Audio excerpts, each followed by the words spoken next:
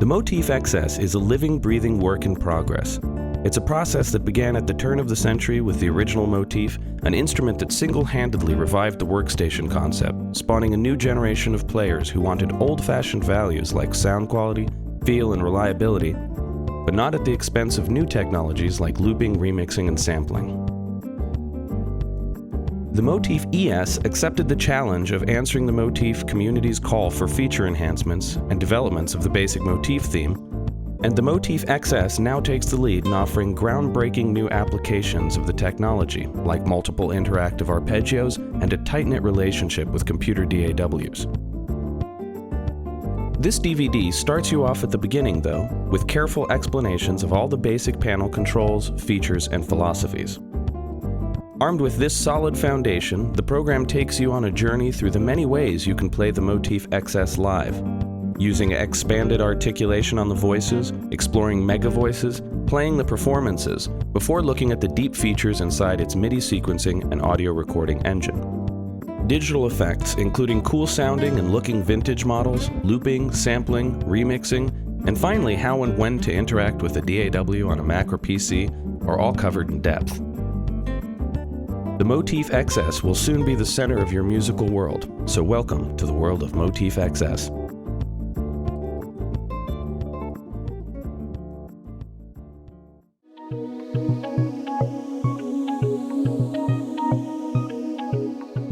The front panel on the XS is divided into 5 separate areas. The first and most important area are the mode switches.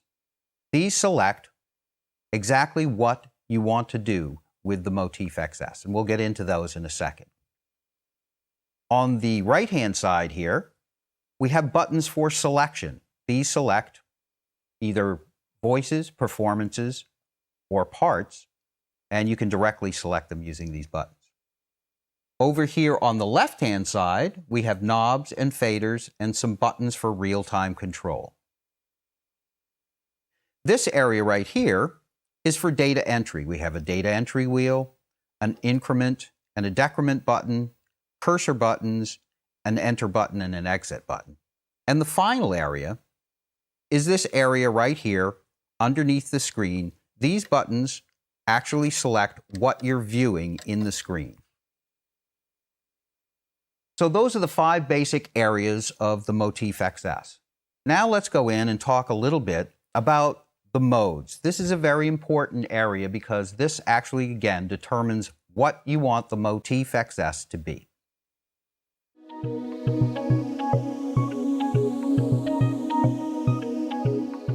You can use Motif XS just as a keyboard, full of incredible sounds to play, live,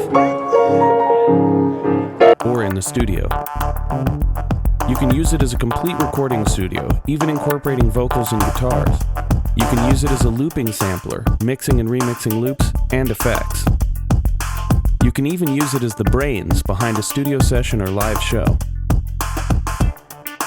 In order to make the switching between different tasks as direct as possible, Motif groups related controls and parameters into 5 different modes.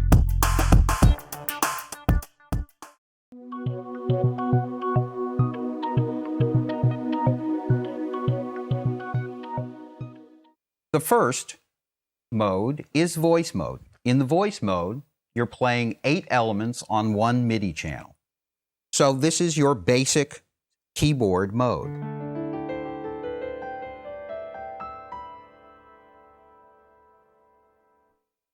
In the performance mode, you can take 4 voices and you can layer them and split them across the keyboard and create complex performances that you can play. But again, these are all on 1 MIDI channel.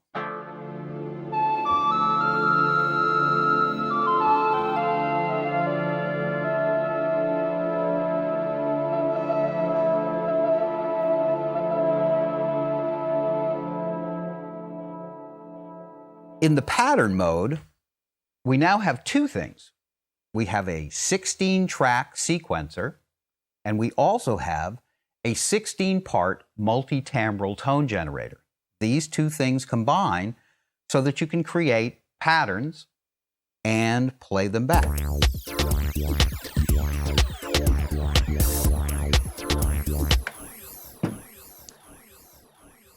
In the song mode, you have a linear 16-track sequencer, and again, a 16-part multi-timbral tone generator. We'll get into the differences between pattern mode and song mode and how to go back and forth between those two modes later on in the DVD. And the final mode that we have is master mode. And master mode is unique because it allows you to combine voices, performances, songs, and patterns into a list and then call them up for real-time performance. So if I look at this master list, this is full concert grand, that's a voice. Classical AF is also a voice. Then I have a performance called East Sider. Later on, I have a demo song. So again, the power of master mode is it allows you to combine absolutely everything that's inside the XS into one master list.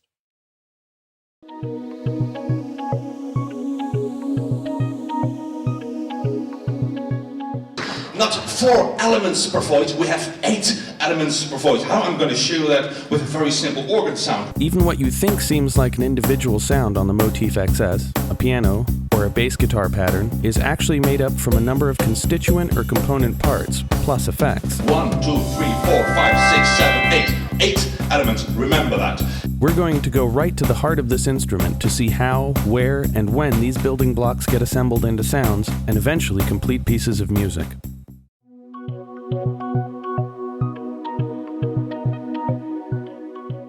Before delving into each of the individual modes, we wanted to go over the overall architecture and terminology for the Motif XS. And to do that, we loaded in a voice from DCP Productions' Complete Orchestra.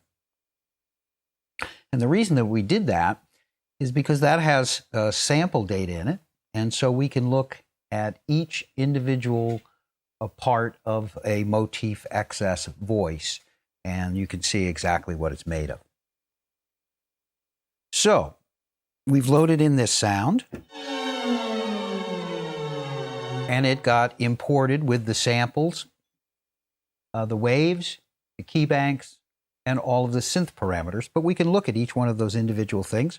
I'm going to go to integrated sampling. Integrated sampling is a sub-mode, so it is different if you go into integrated sampling from voice or from performance or song or pattern. The first thing that I see here is I see a waveform. It's indicated right up here. And then I can look at the individual waves that make up that complete waveform. So if I push key bank, then I see a list of the different waves, and I can audition them one at a time. So if we look here, we can see from C-2 to A0, I have that sound. In this particular case, there is no velocity window, but you can have velocity windows as well as key windows inside of a waveform. If I scroll down, now I can audition the next waveform.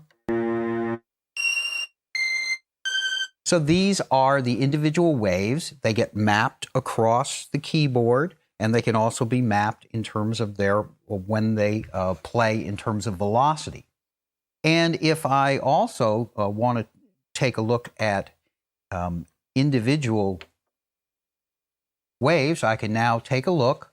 This is the actual waveform that appears between E5 and G#5. I can see my loop point. I can see the actual waveform itself. And I can also have some parameters for editing of that sample. So this is this right here is the thing that is the smallest piece of a Motif XS sound. It's a wave. That is then put into a waveform, which is a collection of different waves, and that goes into a voice. Inside of a voice, we can have up to 8 different waveforms, and those waveforms are then assigned to elements. What's an element?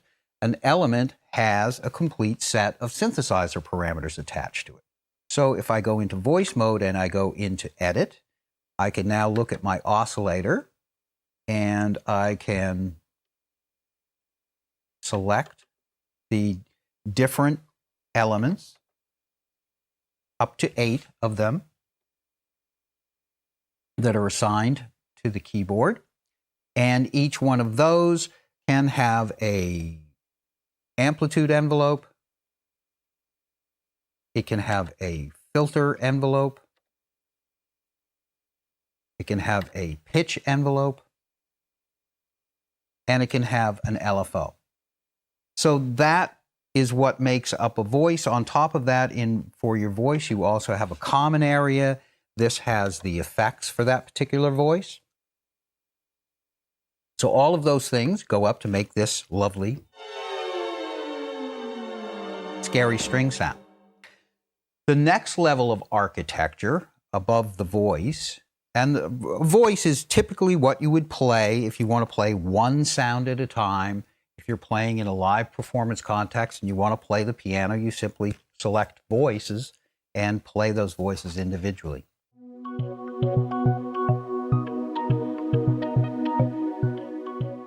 The next level of the architecture above the voice is a performance. And when I go to a performance, I can now have 4 different voices that are layered or split across the keyboard. So if I look at my performance mode, this is the play mode, and I get information on the level of each of the voices. I can control each individual voice in the performance from my selected part control. But if I want to look at the voices, I hit F2, which is voice, and then I can see exactly where each of these sounds is placed across the keyboard. In this case, the clarinet only plays from D2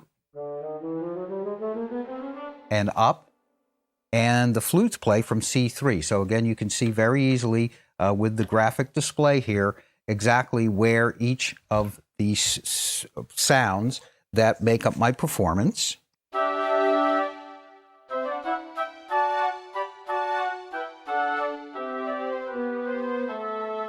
are included. If I look at another performance,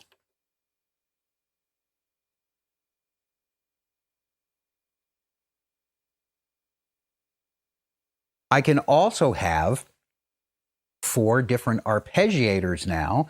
And so when I play this performance, I'm going to have a drum kit, I'm also going to have a bass part, and I'm going to have 2 different guitar arpeggios that are all playing at the same time.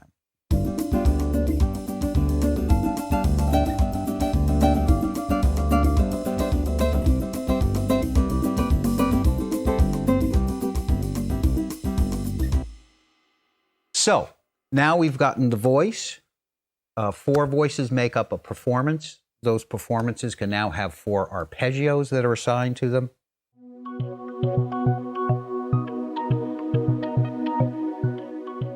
And the next level of different architecture would be either pattern or song. In either song or pattern, what I have is I have a 16-track sequencer. And when I go to the mix mode for that song or pattern, I have a 16-part multi-timbral tone generator. So in voice and performance, I'm always using 1 MIDI channel. When I get to song and pattern, now I'm using full 16 channels of MIDI. And it's important to note that song and pattern also have a section called mixing. This is your sequencer. And the Motif XS has a complete sequencer. This is where you record notes into a sequence. You can edit those notes by using the event edit. Look at each individual one and hear it as it's played and edit all of the details of that in terms of gate times, velocity, the actual note itself. Very easy to edit those things. But I also have a completely separate from that, I have a tone generator. And the reason that you want those 2 things is if you buy a standalone DAW software sequencer, you also have something that you're going to play that those sequences with, and that would typically be a multi-timbral tone generator, and those are two completely independent things. Those have been integrated into the Motif XS, but you have all of the power that you would have if you had two completely separate products. It's just combined into one box. And a good way to take a look at that is by using my mute buttons. If I'm in song mode and I press the mute switch, now I'm muting sequencer tracks. So now there is no longer note data coming out of the sequencer to the tone generator. If I go to mix mode and I go to mute, I'm now muting the individual sounds. And this is different. So the notes are still coming out of the sequencer, but I'm muting the tone generator. And there are times when you're editing when you would want to do either of those two things. Because of the fact that you have these integrated into one box doesn't mean that you lose any of the power that's available to you if you had two separate products. So, just to review very quickly, the smallest thing inside of a Motif XS is a wave. Waves are combined in key banks into a waveform. The waveform is added into an element which has synthesizer parameters. 8 of those elements makes up a voice. Take those voices and you play them. When you want to combine them, you can combine 4 of those into the performance, and you can have up to 4 voices with 4 different arpeggios and 4 complete sets of voices, and you can play them on the keyboard. Then you move to song and pattern, and later on when we show you performance mode and the song and pattern mode, we'll show you something that's really exciting about the Motif XS called direct performance recording, which allows you to go directly from the performance to the song or the pattern mode and record your performances directly. So.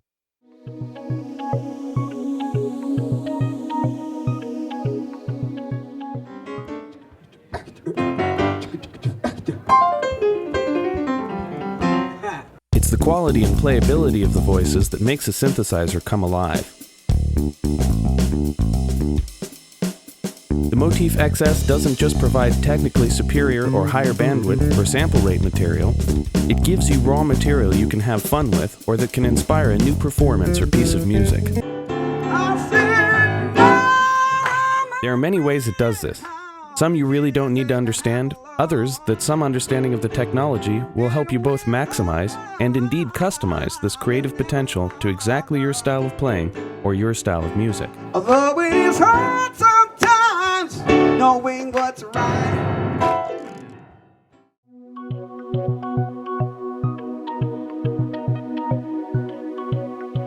In architecture and terminology, we showed you what was made up in a voice, how waves were combined into waveforms, into elements. Let's take a look at what is inside of some of the preset voices in the Motif XS. The Motif XS has well over 1,000 different voices, and of course it has literally thousands and thousands of samples inside of it.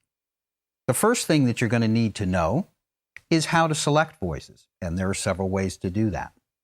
You can simply use the increment and decrement buttons to scroll through the sounds.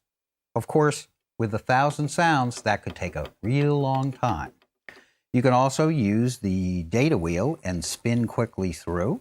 So that's another way to select the sounds. But we've given you 2 unique ways that make it very easy to search and to select sounds.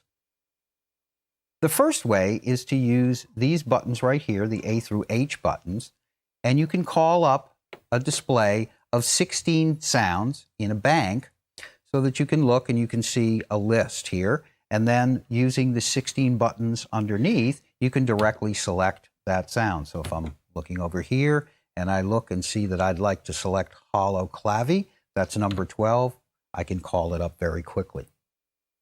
So that's a good way to get around and see a large number of voices all at one time. But there's an even quicker way to do that, and that's to use category search. There's a category search button over here. If I hit category search, it then calls up basically a relational database of all of the voices inside of the Motif XS. Underneath the buttons right here is a list of the different categories. So if I want to look for guitars, I hit the guitar button and it calls up all of the guitars. There's also subcategories, so it's very quick to find sounds. So if I want to look for distorted electric guitars, I hit there and that calls up a selection of different distorted guitars. So I can audition them quickly.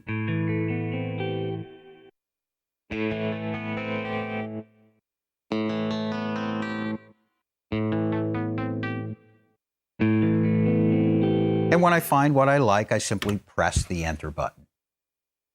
There's also a unique feature called favorites, and that allows me to store a special section of category, which is favorites. Those are my favorite sounds. I can select things, I can tag them to be my favorites, and then just look at the things that I have selected as the voices that I like the best. Let's go in and take a look at one of the most important sounds in any synthesizer, and workstation synthesizer in particular, and that's the piano sound. So we told you that a Motif XS voice can now have up to 8 elements. So how did we use those 8 elements when we were creating our full concert grand voice?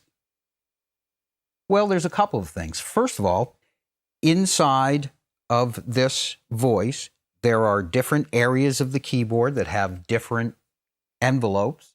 For example, on the top of a piano, there are certain parts of the piano that have no damper at all. So that has a completely different envelope. It rings freely. It's not damped at all by the string, so it will sound very different than what happens down at the bottom of the keyboard. And of course, as the larger strings sustain for a much longer time period than the shorter strings on the top of the piano, the envelopes are very different for the different areas of the keyboard. So that's part of the makeup of what is involved in the 8 elements that make up this sound. But there's one very special thing, and we'd like to show that to you very quickly. It's part of the concept called expanded articulation. So if we press the edit button, when we press the edit button, there are 2 sections to every edit mode inside of the Motif XS, a common area, and that will be the things that are common to the entire voice. And then there will be something that relates to specific elements. So if I go here and look at oscillator, I can now see what waveform and where it's assigned, what the velocity limit is. So if we look at this, we can see that this is actually a 4 velocity layer piano, and it's mapped across the keyboard. And I also have some very special things up here at the end. My 8th element uses expanded articulation control. And our expanded articulation control is something that's new on the Motif XS. It allows us to do some very interesting things to create articulations. And one of the articulations in a piano is what happens when you take your hands off of the keyboard. So when you take your hands off of a real acoustic piano, there is a sound that happens as you take your hands off of the keyboard. I'm going to exaggerate it a little bit by using the selected part control. The assignable to knob is actually assigned to control the element level of this particular element. If I turn this up,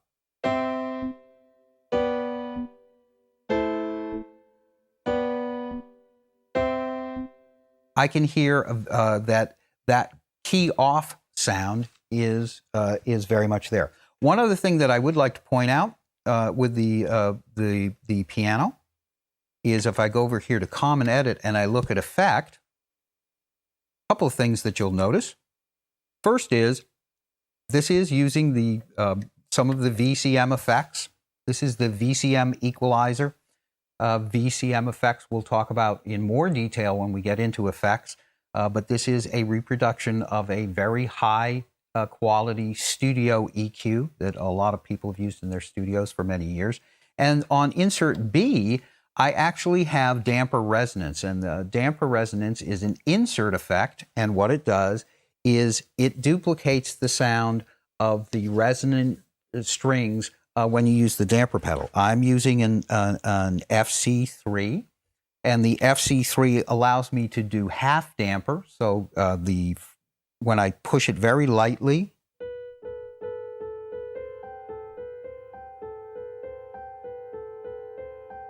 I can get different areas of dampering because that is actually the way an acoustic piano works. If you press the pedal very lightly, it will only damp the strings a little bit. As you press it down harder, it will release the dampers even further. But the other thing that I get is I also get the damper resonance effect. So it actually is the sound of the entire soundboard of the piano resonating.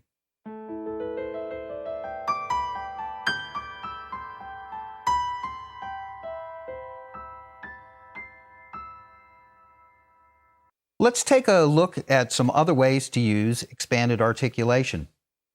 I'm going to use my category search button again. I'm going to go over here to guitars, and I'm going to select the classical guitar here. And this is a very nice classical guitar sound. And now I have several buttons here. The buttons over here, the assignable function buttons, are very unique. They can be assigned to control parameters, and one of the parameters that they can control, if again we take a quick look in Edit, the different elements here can be assigned to expanded articulation control. So in this case, the first, second, and third elements, because there's some velocity switching going on there, are played when none of the buttons here are selected. If I go over to the sixth element plays only when this button is pressed in. So that will give me a slide, and if I go over here, the harmonics are assigned to the seventh element. So what happens when I play this is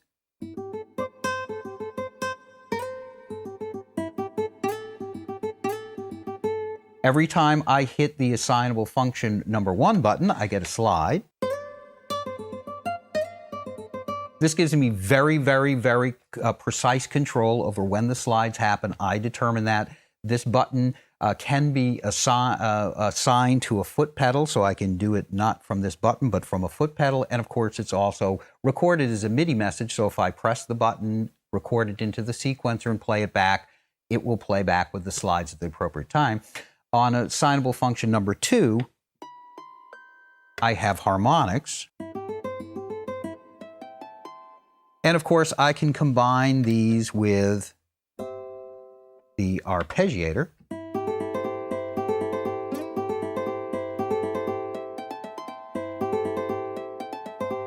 And I have a lot of control right at my fingertips. I'm going to give you another example of how you can use the assignable function buttons. I've called up a solo violin sound here. And if I use the assignable function button number 1, I get a spiccato sound. You'll notice that on the classical guitar, the assignable function was set to be momentary. There is a parameter, and I can set the assignable function to be latched. So in this case, I will get the spiccato sound until I press the button again. And if I press assignable function number 2, I get pizzicato. So this allows me to actually have 3 different sounds: my typical solo violin, spiccato, and pizzicato, all available at the same time from the keyboard. Let's use category search, and we're going to call up some synth sounds now. This is a pad and synth sound.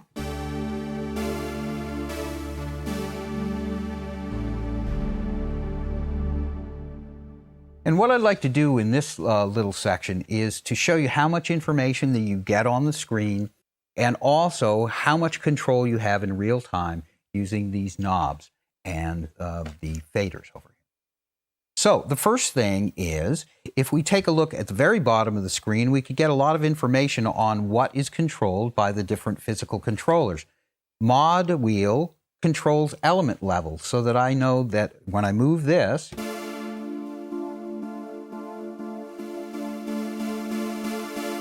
I'm going to control the element level of some of the elements that are involved. I know that the ribbon is now controlling cutoff.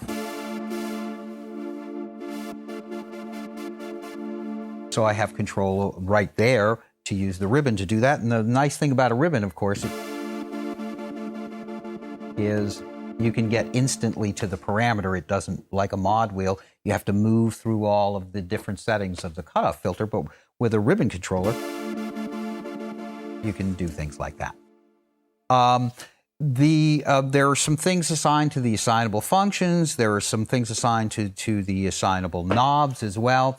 But I also have control over the cutoff, resonance, attack, decay, sustain, and release, all of the EQ settings, pan, reverb, and chorus. And I also have some ARP controls, which we'll get into in the ARP section. But let's just take a look at the top row. So now I can simply reach up here. And one of the things that I'd like you to watch is, if you'll notice, there are little red diamonds which indicate where the setting of the parameter is in the stored program. Neither the fader nor the knob will take effect until I reach that little red triangle, and then it will start taking effect. The reason that you do that is because you don't want the parameter to jump immediately to a parameter that's very far away from where it's set, because that would sound unnatural. So watch as and the little red triangle disappears. And I now have control of cutoff, resonance,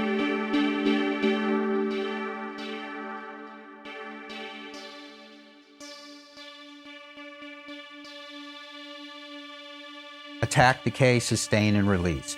So I have a lot of control right here almost immediately. If I press the part control and go down to tone number 2, now the display changes, and now I get a display setting for my EQ. I can change the EQ on the sound directly. I can change the panning and the reverb and the chorus. So you have a lot of controls and a lot of information directly available to you right there. One of the nice things to note is that the display is very interactive. So as I change the attack settings here, it will be reflected in the screen, and it will also be displayed on the top screen as well.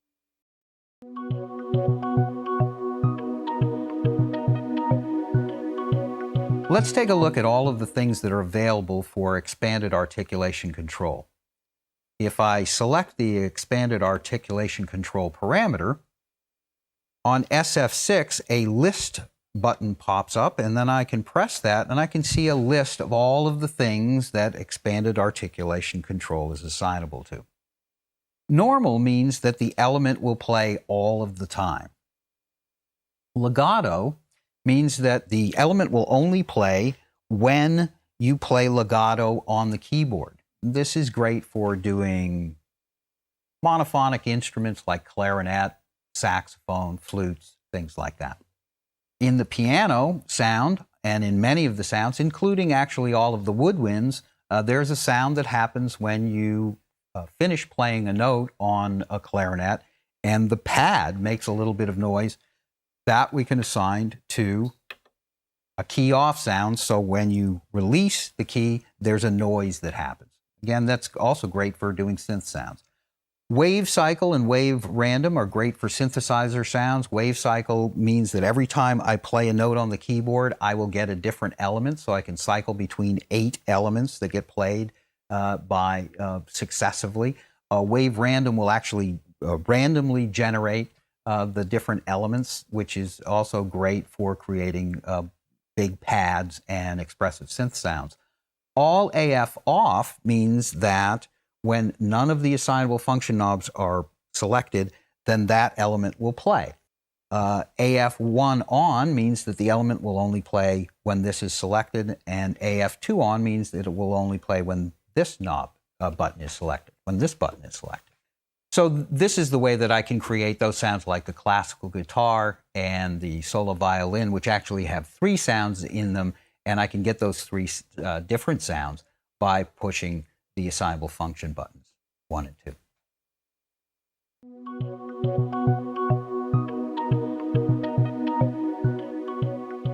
One of the reasons that we implemented the 8-element architecture for voices on the Motif XS was to take advantage of all of the mega voices that were developed for the Tyros 2.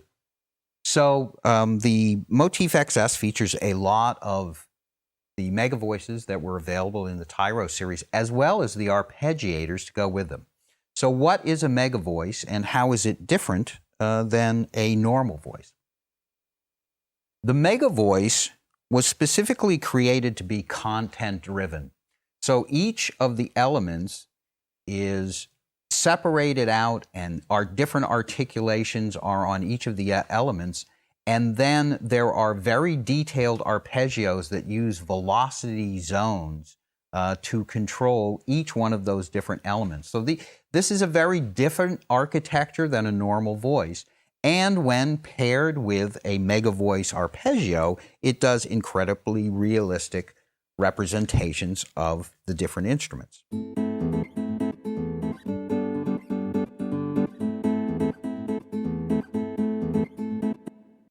However, if I turn the arpeggiator off, because this is content-driven and there are different velocity zones that are actually expanded out, this voice is very difficult to play from the keyboard. In fact, it's not intended to be played from the keyboard.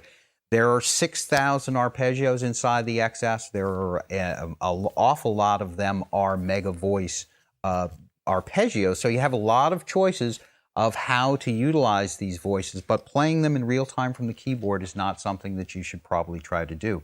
All of the mega voices are grouped at the end, along with over here some very special 8-zone arpeggiators, and these are very similar in the way that they are designed.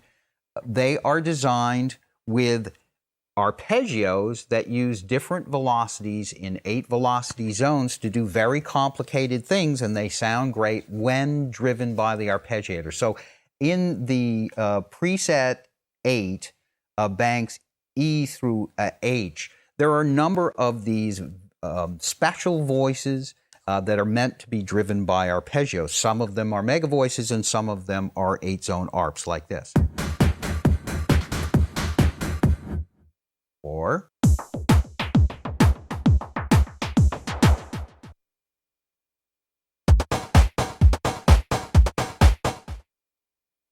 let's really quickly go through some of the mega voices with some of their associated arpeggios so you can get an idea of the breadth of different sounds and different phrases that are available on the Motif XS. The mega nylon sound here, one of the things that you'll notice with this particular arpeggio is listen for the damped or muted strings.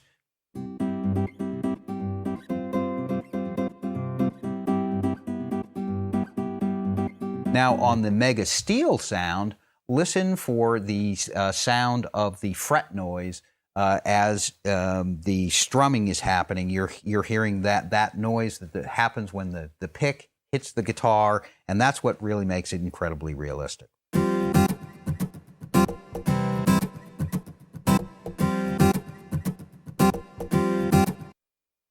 If we go over here to mega clean, you're going to hear some slides, you're going to hear some dead notes, you're going to hear some hammer-ons.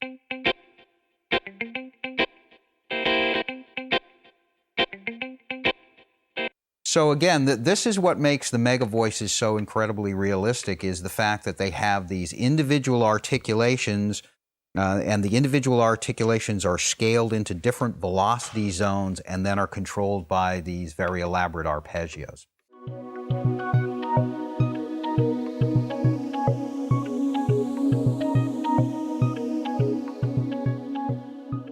For decades now, it's been tough to tell exactly what the keyboard player is doing. Is he playing that guitar sound? The orchestra?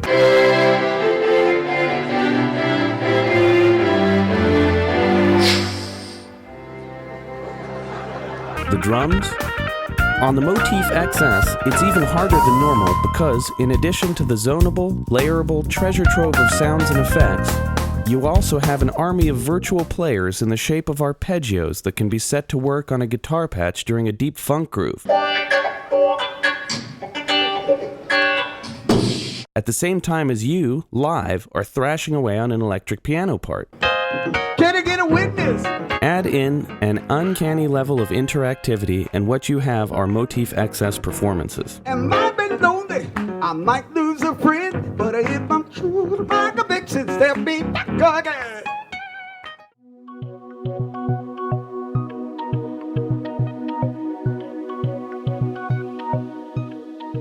Let's see what we can do when we take 4 voices and combine them together in performance mode. I select the performance mode. This particular performance, Wind and Strings, is a very simple, straightforward performance. And again, you get a lot of information in the display right away. You can see that there are 4 different voices. I have a medium-large section of strings, 2 oboes and a bassoon, a clarinet, and 2 flutes. So if I play this,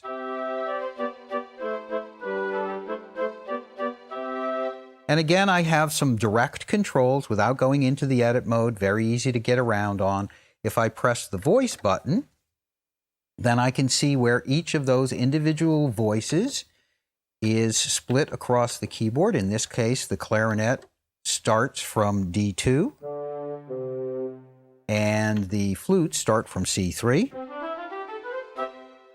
So this allows me to easily get in there. If I wanted to edit where that split happens, it's also very easy to do. I can use you notice the keyboard icon. If I press that down, then I can use the keyboard to select where the split occurs. So again, very easy to create your splits on the keyboard.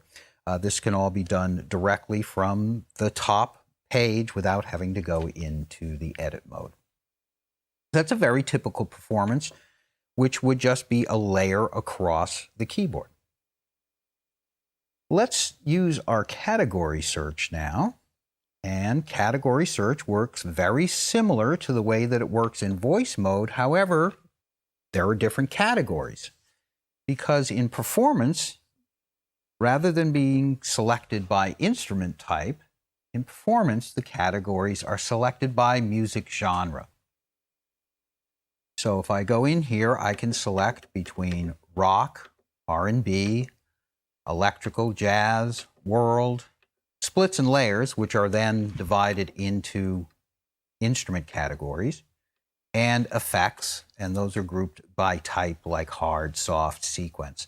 If I go in and take a look at, for example, rock, then the subcategories are top 40. If I want to go down, I can jump right to country or folk. This makes it very easy to select the type of performance that I'd like to select. And again, selection is very easy. Once I've selected what I would like, I simply hit the enter button. In this case, I'm going to go back to category search, and I'm going to go to R&B, and I'm going to select funk is what I wanted. And when I select funk, it comes up with Double Dip the Funk. This is one of my favorite performances. And one of the really powerful things about the Motif XS is now I have 4 arpeggiators that can play at the same time. So the first thing we're going to do is we're going to talk about arpeggiators and how they work. And we're also going to show you some of the controls, the new controls that are available in the performance mode. So one of the things that you'll notice right away is in performance mode, I have a new area, new to people who have used the Motif ES or the Motif. It's called performance control. And this allows me to have real-time control over my performances. So the first thing I'm going to do is I'm going to mute 3 of the parts. So the first thing that you're going to hear is one type of an arpeggio called a fixed note arpeggio. And the reason it's fixed note is it's what you use for drum patterns. Drum patterns don't transpose across the keyboard. So no matter where I play, it will always be the same. I'm also going to use one of my performance controls, which is ARP hold. ARP hold will change whether the ARP continually repeats or whether it's triggered by the keyboard.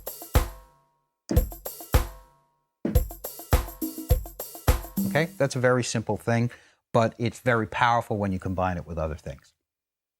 And we're going to take a look at the different arpeggios that are in this performance. So on part 1, I had a drum arpeggio.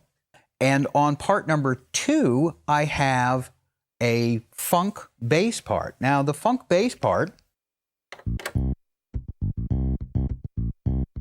this is using chordal intelligence. And when I say chordal intelligence, everything that's marked with an XS is this new type of arpeggio.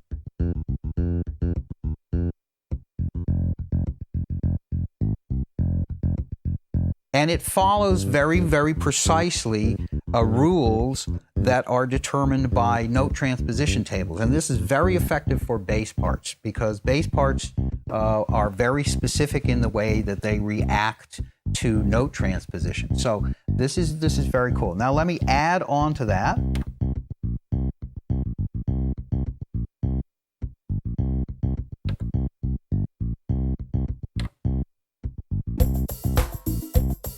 Now I've got my bass and my drums. And the next thing I'm going to add is I'm going to add another arpeggio. This has a guitar part on it. And you'll notice that it stops when I take my hand off the keyboard. And also watch, it doesn't matter what octave that I play on the keyboard because this is a harmonically intelligent guitar part, so it's going to take the notes that I play on the keyboard and put them into the appropriate range and the appropriate chordal grouping for a guitar.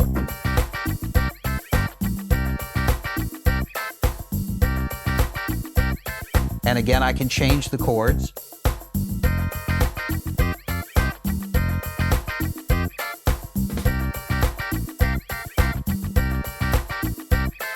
Okay, so now I've got my bass going, I've got my drums, I've got one guitar down here. Here's the really cool thing. On the right hand of the keyboard, I have another guitar part, and this guitar part is using an arpeggio that is very similar to the arpeggios that were in the Motif ES. And they have a very particular thing that they do really well, which is they will follow my hand very exactly.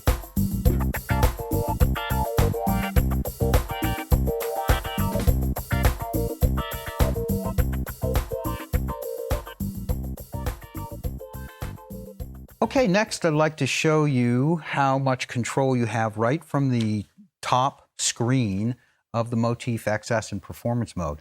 Again, I'm going to use my category search. I'm going to go over to the rock category. And I'm going to select this top 40. And I'm going to use synth power. That's a nice little thing here. And right away, one of the things that I can see is, again, I have my performance controls over here, but I also have knobs and faders that I can use to control the performance. So if I start playing, I can immediately start mixing, and I can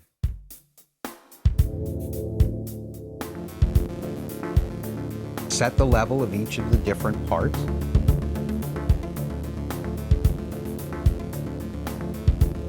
And here's another really interesting thing about the XS. We have now divided up the part controls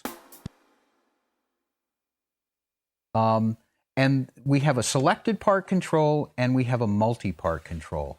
And this is powerful in performance, and it's even more powerful when you get to mixes. But what this allows me to do is, it allows me to select a part, and if you notice in the screen as I select the part, it has different settings for the cutoff, the resonance, the attack, the sustain, or the release. So I can go in and have individual part control with the selected part control, and I can change the cutoff for each individual sound individually by using the part select and the knob. So this gives me direct access to each one of the individual parts.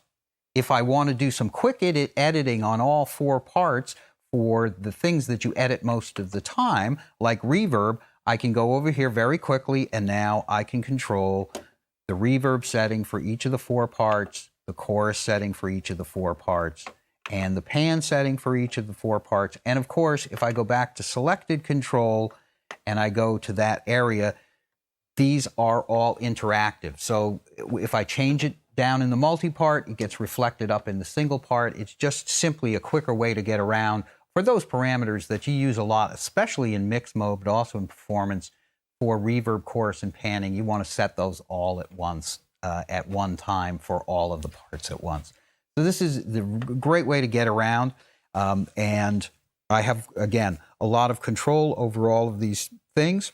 And let's take a look also at the arpeggio settings, because I have 5 different sets of arpeggios. And so you can see that the arpeggios are set here, and as I select the different arp groupings, all 5 of these settings will change.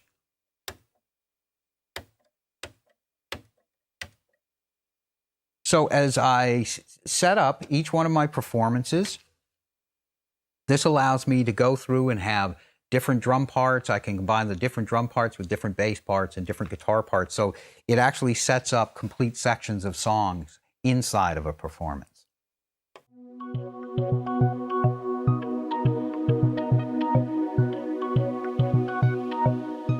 Okay, let's say I wanted to change one of those arpeggios. It's very easy to do.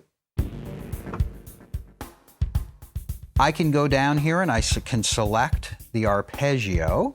The arpeggios are actually organized into groups that are done by instrument categories.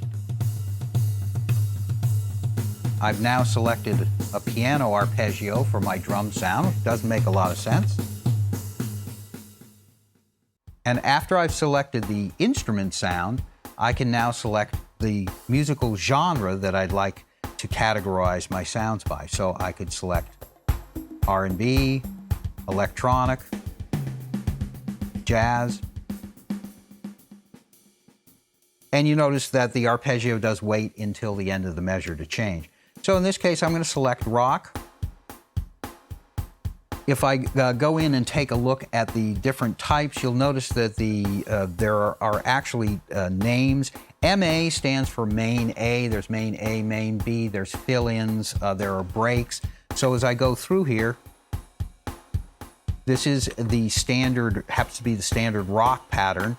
I have a number of different fills.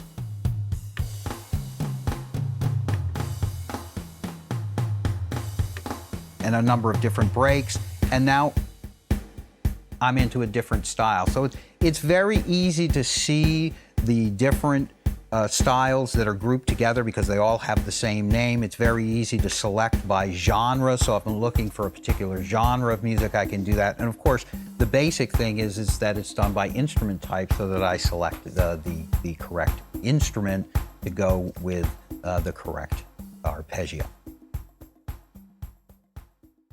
One of the really cool things about the Motif XS in performance mode is how interactive it is with the way that you play and the things that you can do. We showed you a little bit of that before, but let's show you a little bit more. We'll do 3 different performances and show you how the Motif XS interacts with the way that you play. I'm going to review the Double Dip the Funk performance, and again, use my performance controls, and start off maybe with just some drums. Add in the bass. Add in another guitar part.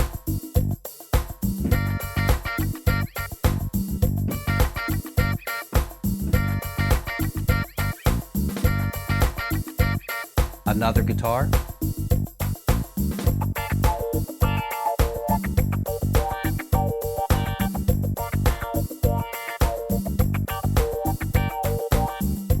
The arpeggio buttons here, we can watch this as it happens as I press the ARP button. The drum and the bass change. I've got another arpeggio down here with the guitar.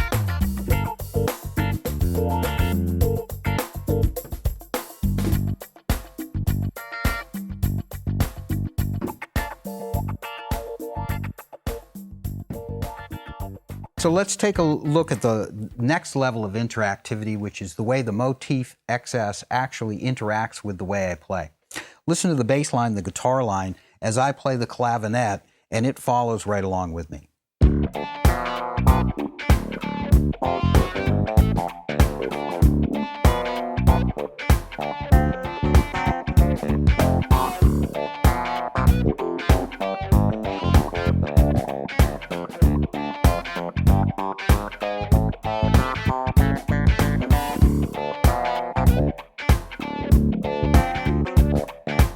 Okay, so that's great. I mean, it actually is the way musicians work together as the clavinet player plays, the bass player follows with them, the guitar player follows along with them as well. There's an even more impressive example of the way this works. This is a performance called Dark Continent. I'm just going to play with my right hand, and the bass part will follow along exactly with what I play.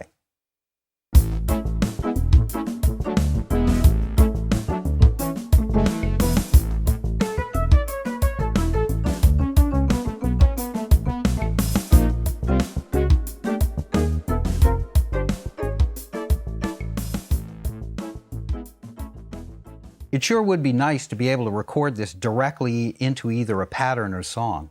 And with the Motif XS, that's possible. I hit the record button. I'm going to select a blank pattern. I can select which section I want to go to in a pattern, or I can record to a song if I wish. In this case, I'm going to record to a pattern, set the section length. I think I'll record 8 measures. And I'm also going to set up this special feature, which is key on start switch. So as soon as I hit the keyboard, the Motif XS is going to start recording me.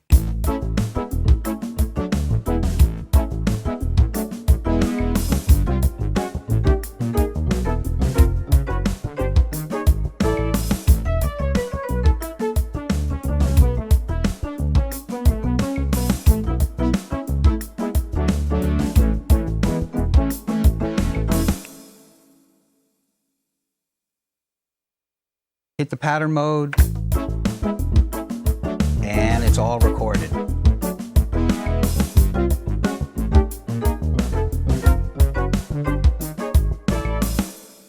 Couldn't be easier.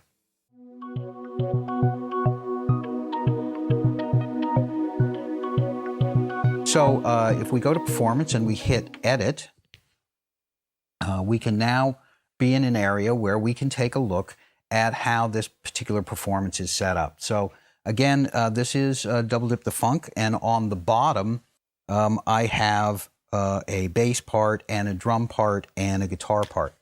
The parameters for the arpeggio are under our ARP main and ARP other, but what we want to take a look at is where we set the note limits for the arpeggio. This determines where the arpeggio is triggered. So in this case, I can see that it is triggered from C2 to B2. So if I play up in this area of the keyboard, the bass arpeggio is not triggered at all. If I take a look at part 2, this is my mega finger slap. That is also at B2. and the guitar is also set to B2, but on the fourth part, it's triggering from C3. So up here, I have one arpeggio trigger, and down here, I have actually three: the drums, the bass, and the other guitar.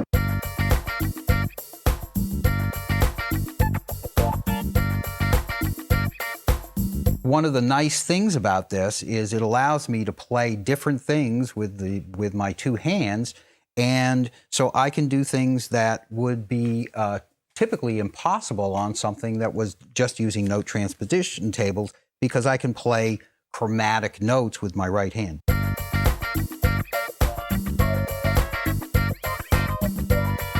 And that's totally harmonically incorrect, but something that you can do. Of course, it's determined by the notes that I play. So I have complete harmonic freedom because I can split the keyboard and put an area that has free arps, or arps that are like the arps in the Motif ES, and then I have harmonically correct arps down here in the left hand, and I can split the keyboard so that I can have different ranges for those different arpeggios, and that's pretty powerful. Let's take a look at some other things that are very important in the performance edit mode for each of the individual parts. As we talked about, when you're in performance mode, now you have four voices, and they're all on one MIDI channel. And there are certain MIDI channel messages which you need to determine whether each of the parts is going to receive or not. And that's done in the receive switch area. This is very important because when you're playing a performance, there's many times when you would want to have the sustain pedal be on the electric piano in your right hand, but not on the bass in your left. And it's very easy to go in here. You can assign whether the modulation wheel is assigned or not. Each of the physical controllers, the mod wheel, ribbon controller, and foot controller, the sustain pedal, whether that is received by that particular part or not. Pitch bend is, again, a good example of a channelized MIDI message, so it gets sent out on one MIDI channel. The performance is still only working with one MIDI channel, so you need to determine which of those four parts are going to receive those kinds of messages. And you do that by going to Performance Edit, selecting, if you are in common, by selecting one of the four parts and using the receive switch. You also have control here over your EQ for each of the individual parts. And again, I can use the knobs on the front panel to do that editing. Notice it says part 4 there. When I go back to edit, it's been edited in terms of modifying those things. The other thing that I have for each of the parts is control over the cutoff frequency, the attack, decay, sustain, and release.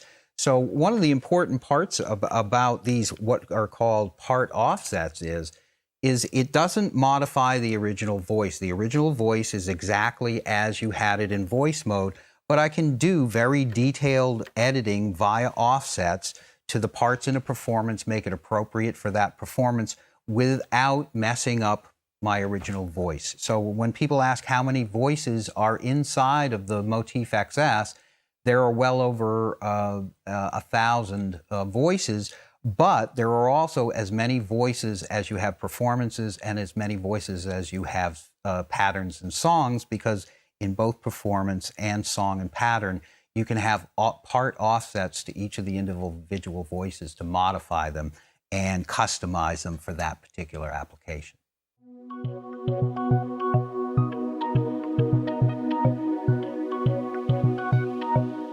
Okay, let's show you how easy it is to put together your own performance from scratch.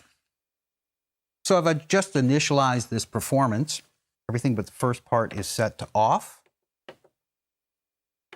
And now I'm going to use this special parameter with voice. This is a really, really neat parameter. When I turn this on, it will now import all of the arpeggios from the voice, and it will also import all of the settings for the cutoff, resonance, and EQ that have been set in the voice. So it imports a lot of the key parameters from the voice into the performance.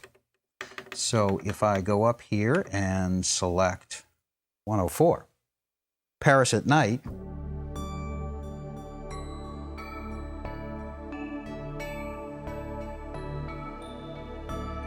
It's imported that complete voice with all of the arpeggios.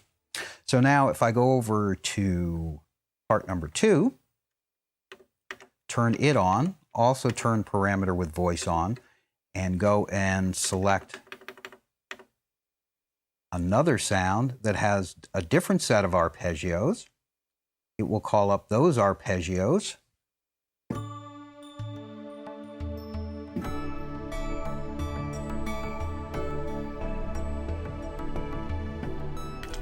Now, if I wanted to store that, I simply hit the Store button. I can store it to any one of the 384 performances.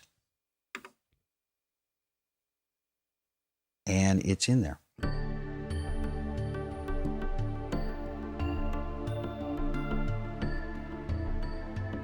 Okay, let's make another performance. This is going to be a very simple split and layer.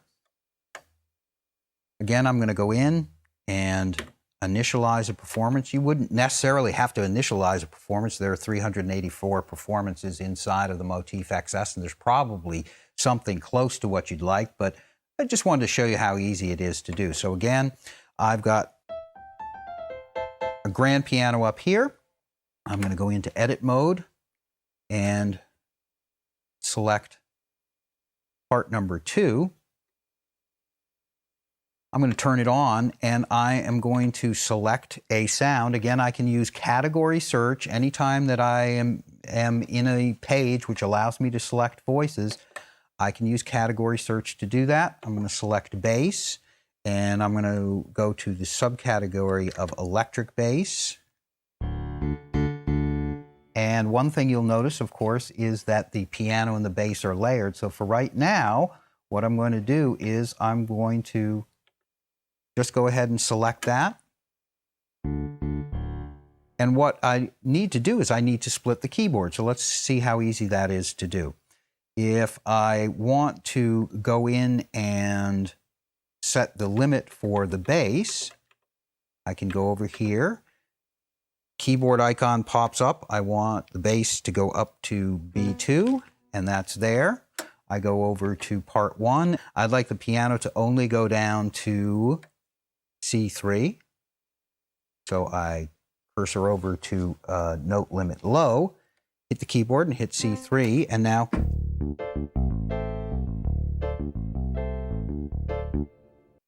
so there are certain things that I'm going to want to do to finish off this performance. I hit the receive switch. I can look at each one of the individual parts, but this is very convenient, especially on the larger display. I can hit 4 part, and now I can see the display for all 4 parts all at one time.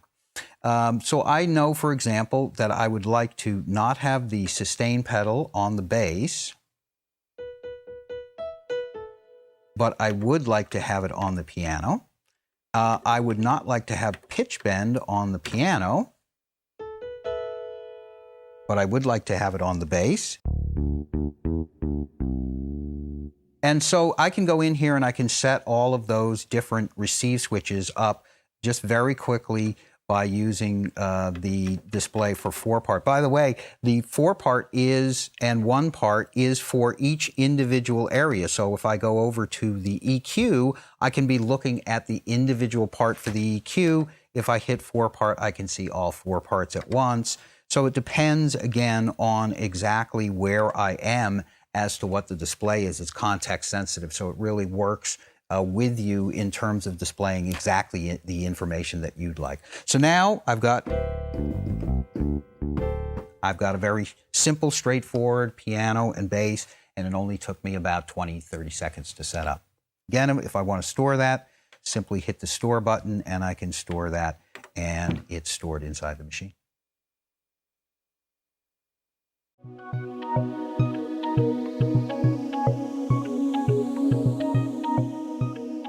Individual sounds may satisfy or indeed stimulate the needs of you, the player, but it's the song that's going to move your audience. Motif XS has a wealth of tricks up its sleeve, not only for coaxing that hit-making beat or groove out of you. What do you need for that? You need a metronome. Why? To get into the groove. So my groove looks like this. But also to help you assemble your beats, sounds, effects, and even vocals if you want. Where my mind is free.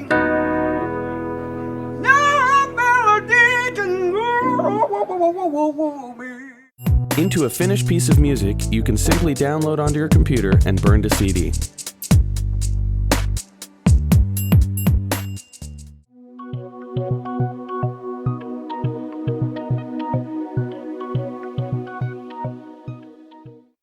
Pattern mode is a way to record sections of songs and then chain them together into entire songs. So let's go to one of the internal demo songs.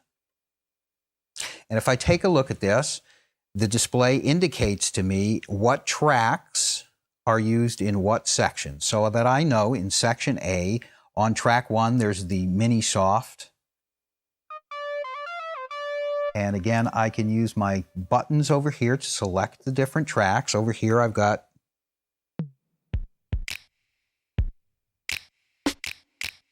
R&B drum kit. On section A, there is nothing on track 3. I can tell that because this area of the display is blank. I know that there's a mellow piano on 5. When I go to section D, for example, I know that there is now things that weren't in section A, B, or C. There's now a new drum kit. There's another bass part. So this display now gives me a very clear, very graphic indication of what's included in each of the sections. And why do you want to have sections? Well, so much of today's music is organized into verses and choruses and breaks and all of those things. So it's very easy to use the direct performance recording to record sections of your songs or to record directly into the pattern sequencer, which we'll show you in a second. And you can record your patterns and then chain them together into songs. If I go to this demo sequence, I can see that there is actually a chain put together. If I hit edit here, I can look at the different sections that have been chained together. And I can see that it starts off with section A, goes to section B, C, D, E, F, goes back to D, E, G, and D. And if in chain mode, if I play this song while I'm in chain mode, it will go through and it will move through the natural progression of the song.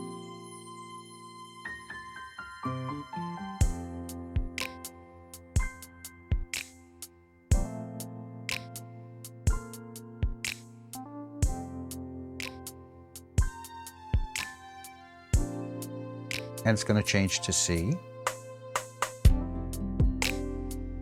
So it's very easy to put together a song because you work on it in sections. One of the very cool things now, and I'll just record this in real time so that you can see it, we have a sequence setup area here. This gives you direct access to all of the parameters that you typically use when you're recording in sequence mode. You can select your click track. There are different types of clicks on the Motif XS. You can select how long the recording count-in is, whether the sampling count-in is on or off when you're using the integrated sampling sequencer. There's a MIDI filter there, which is useful for channeling, for filtering things like channel aftertouch. There is a quick setup mode, which determines how you work. There are several different ways to work. One is working with the internal sequencer and just with the Motif XS by itself. When you want to record the internal sequence to a computer, all of the parameters that you see below in the screen are automatically changed by pressing the Enter button. And so this is a quick way to easily modify a lot of different parameters with this macro, so it's very easy to set up the Motif XS to work in different ways with your computer. So typically, before this, you would have to set all of these different parameters individually. We've now made that very easy with these quick setups. The other thing that is in there is in the other category. And one of the cool things here is pattern change. You can quantize when the pattern change happens. So I've set this to a 16th note. And if I go in here and I'm in play mode,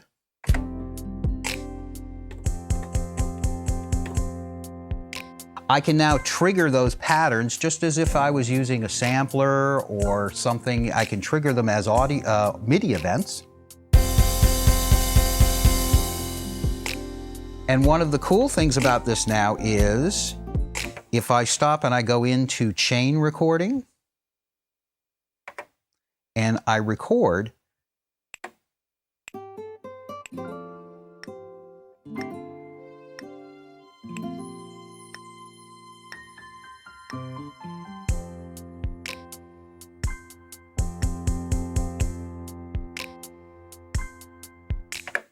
I can now go back and that will play back those 16th note stutter steps. This is a very cool feature for hip hop producers. This used to take an awful long time to do.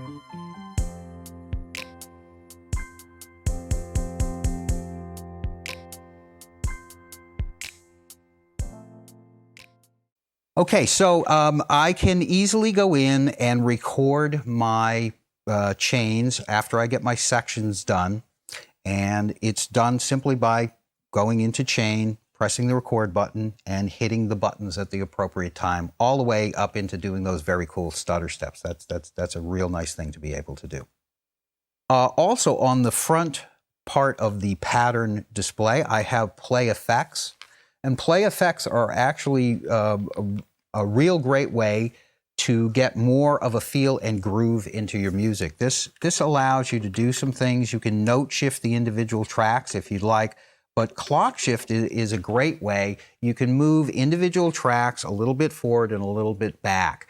And this is a very effective way if you take your drum track and you move it back a little bit. That's going to give you a kind of a behind the beat, backbeat feel to it. If you push the bass a little bit forward, you can use certain tracks to push the groove, and you don't have to do that with any kind of detailed editing. You can do it right from your play effects. You can also change gate times and velocity rates. So it's a great way to kind of, after you've got your song done, really go in and tweak it so that it's got a really, really, really tight groove going.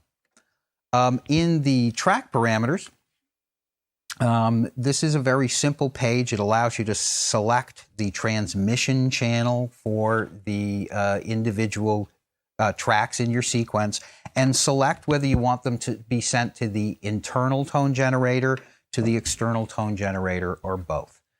So this is one page where it's very easy to set up your sequence to drive external gear or the internal sounds.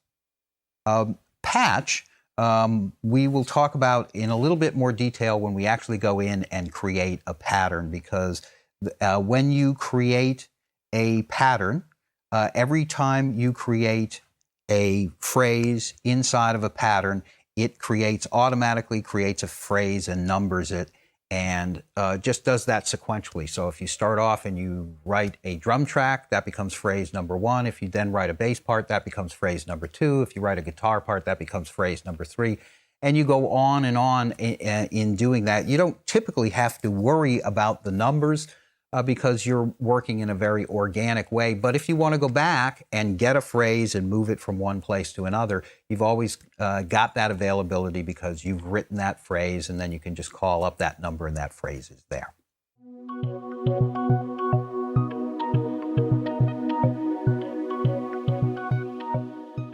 Now, the song mode is a different way to work. This is telling me that I've edited some of the data and I don't want to write it, so it will remind me if I've made any changes and I try to go out of the pattern. It will say, are you sure? You've edited something. Do you want to keep it? In this case, I'm sure that I don't want to keep it, so I'm going to say yes, and it's going to take me over into song mode. If I call up one of the demo songs that's inside of the machine, I can see that this is a very, very different view. Now I've got a linear song I have 16 tracks, the same that I do in pattern. I can zoom in and zoom out, so I can see the entire song if I'd like to. So I can zoom in and out as I would on a DAW to be able to see what section of the song I'm working on.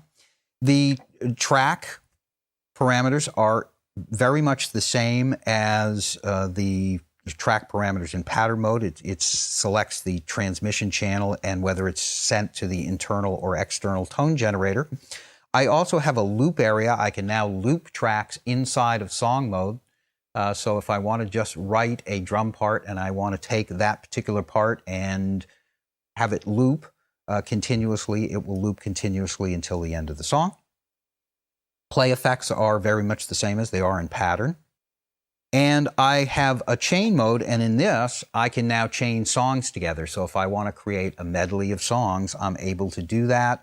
I'm able to select any number of songs that I would like, and then I can put them into an order and have them play sequentially. So it's basically a playlist. Very, very straightforward. Looking at the top, there are some things that I can do. If I can transpose the entire song. When I transpose the song, everything but the drum tracks will be transposed. The drum tracks, of course, won't be transposed because they are not pitched instruments. I get a display of what the time signature is and what the tempo is. Inside of song mode, I have a tempo track, so I can write a tempo track with tempo changes. In pattern mode, each individual section of the song does not have a tempo map, but in chain mode, I can insert tempo changes into the pattern chain, so I can insert and switch the tempo of the song between different sections in a pattern chain. So that's the way that the tempo functionality works.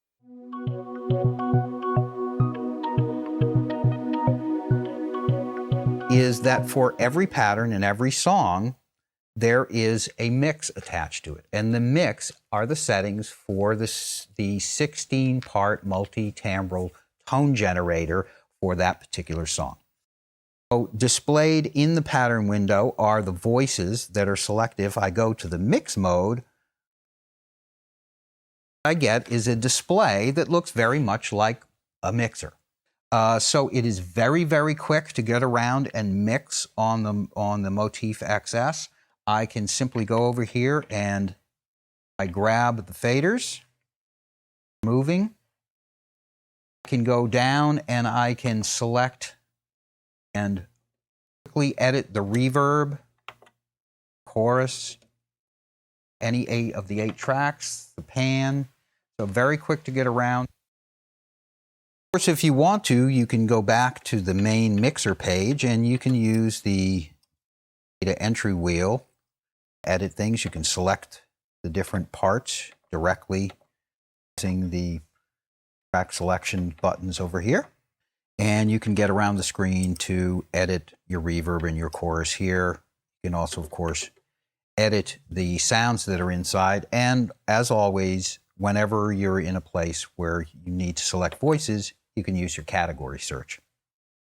So again, very, very quick to get around on the XS in terms of mixing.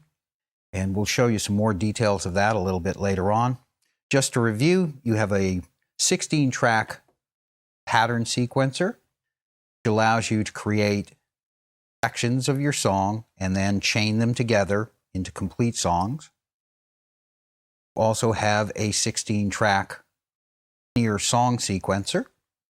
For each song and pattern, you have a mix, which is the 16-part multi-timbral tone generator that's associated with that particular song or pattern.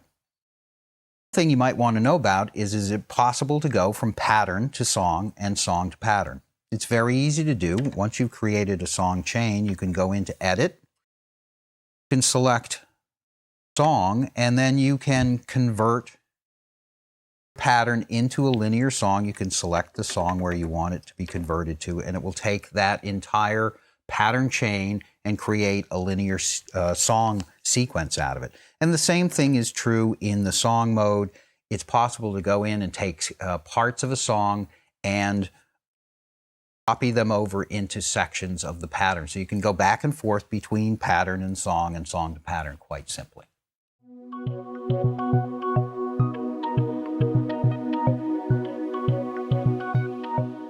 We're going to start with this performance Double Dip the Funk.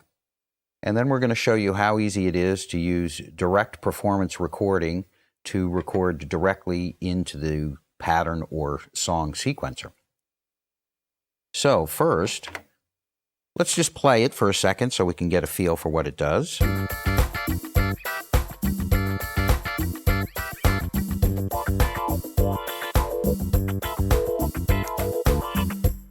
So if you notice, I have a bass part and I have a guitar and drums down here and up on the top here. I have a guitar part that follows very closely to what I play on the keyboard.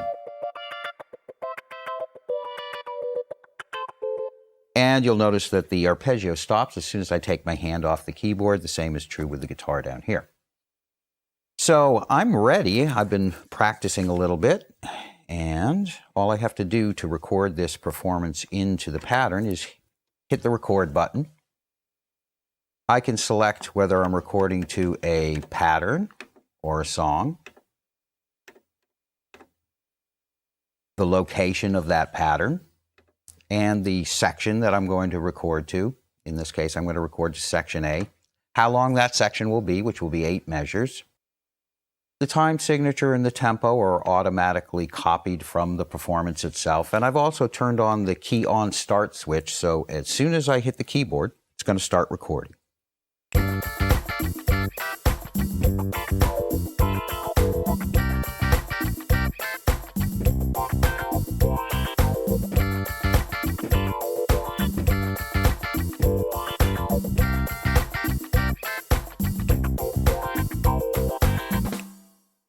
It automatically ends after 8 measures, and if I go over to pattern mode now, I can see that that's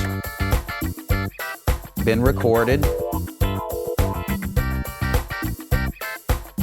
and it's all in there. So now I've got one section done. So now that I've done that, it's copied all of the parameters, including all of the 5 arpeggios for each of the arpeggio settings, into the pattern mix. And if I want to record another section, I select B, that's my new section. There's nothing in there at this point. And I can now go in and hit record again. If I select over here, I can see that I have 5 different arpeggios that are already set up on the keyboard.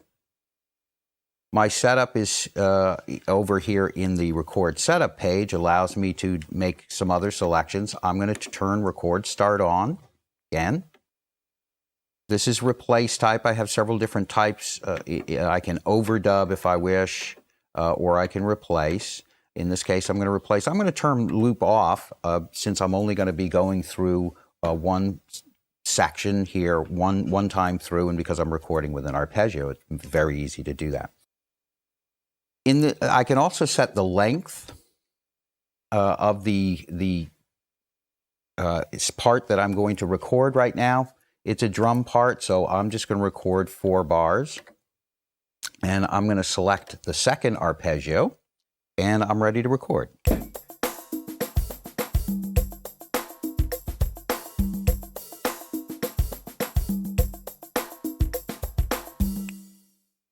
Now that's recorded. I can select track number 2, and this has a bass part in there.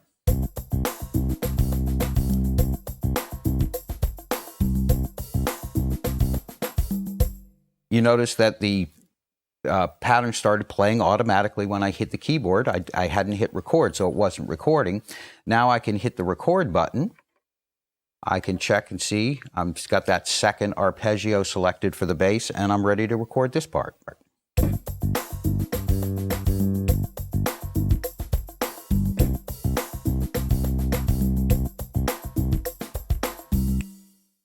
So now I've got 4 bars of drums and 4 bars of bass recorded. If I select over here, again, as soon as I hit the keyboard, it's going to start playing. I'm going to audition it a little bit.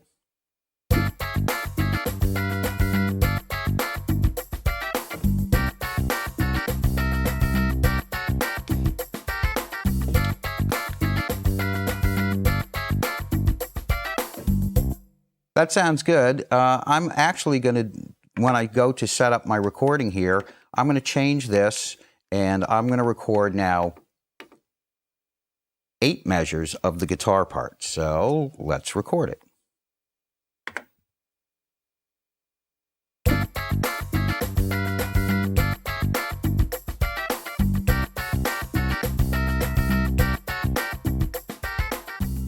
So now I've got my first guitar part recorded. I'm going to go in, select track 4, and go in to record a second guitar part. In this case, instead of using the second arpeggio, I'm going to select the 4th arpeggio, and I'm going to record that. And I'm again going to record 8 bars.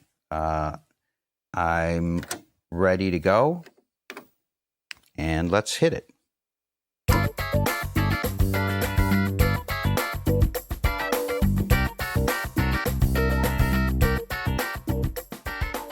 So now I've gotten 2 sections recorded. I can audition those sections.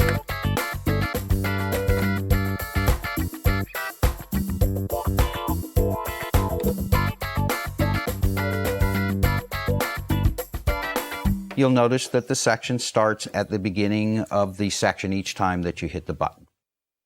So the final thing that I'm going to do is I'm going to take those 2 different sections, and I'm going to combine them together into a 3rd C section. So let's take a look at our patch feature here.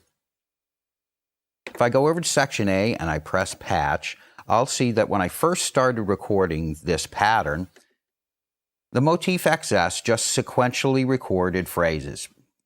Phrase 1 is drum, phrase 2 is bass, phrase 3 is guitar, and phrase 4 is my second guitar. When I started recording again in section B, it again sequentially recorded phrases as I recorded them. And here's a real neat trick. If I want to use those phrases, I can go in and I can call up section C. Section C doesn't have anything in it, but I can now use my patch, pattern patch, and I can select a phrase. So let me select the drums from section A, and let me select the bass from section B. I know that that is actually number 6, I believe. Yep. And let me select the guitar from the 1st section.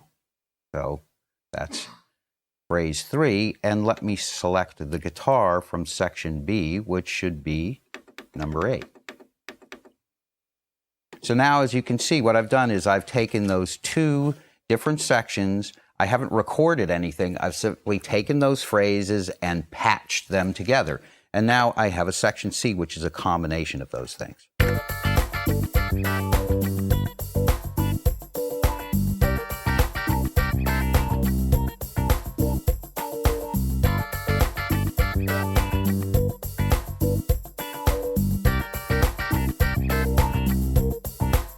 Okay, that sounds pretty good. Now, the next thing that I'd like to do is I'm going to go into mixing.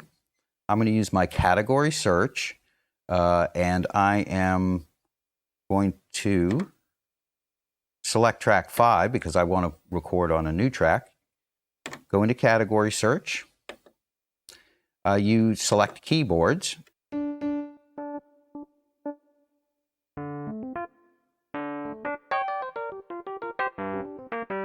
Yeah, that sounds pretty good. So I enter that. Now it is inside of the mix that I have here.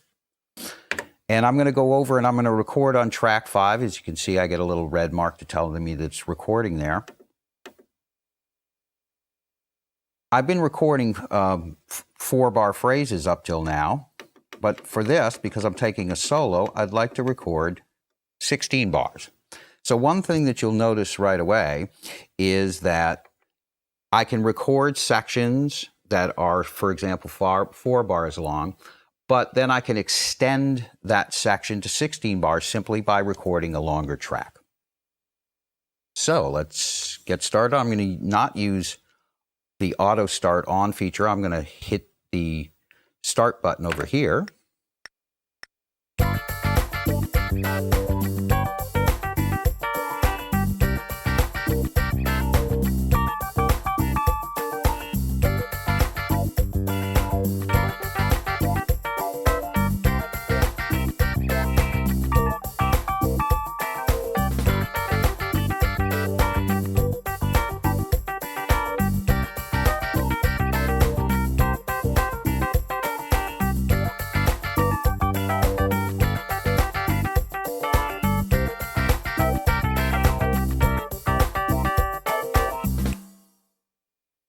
So now that's recorded in there.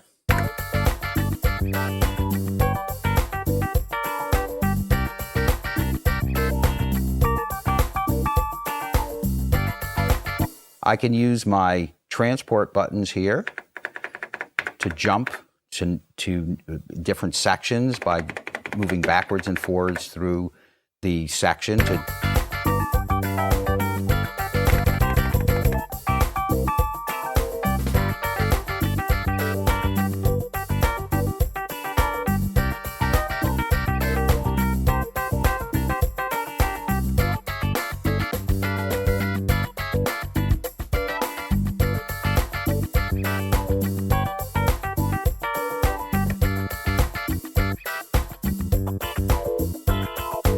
So I very quickly put together 3 sections. Now I can go into my chain recording here, and simply by hitting the rec button, I can now use the buttons over here to record my different sections very quickly.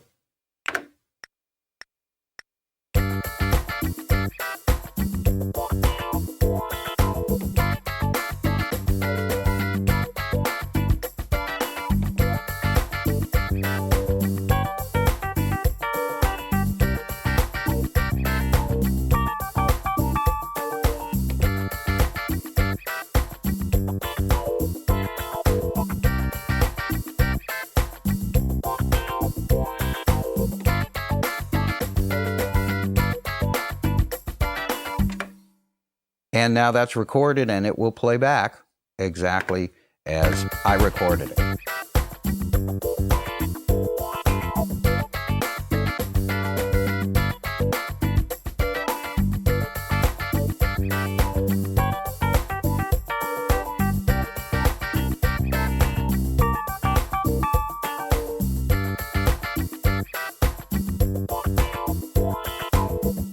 So you can see how quickly you can put together sections. You can use 2 different things. One, you can use your direct performance recording to get that initial inspiration. Then you can go in and record each of those arpeggios individually on each separate track, which gives you a lot of freedom. And then you can use your patch to combine different sections with phrases that you've recorded. So that's a really good way to really, really quickly put together different sections of music. And of course, once I'm done with that, one of the other things that I'm going to want to do is I'm going to want to take a look at what my mix is. If you'll notice, when I did the direct performance recording, it automatically copied the panning parameters and the volume parameters from the performance. So that's basically all set, but I can still go in and I can adjust it. I can listen to my piano solo there.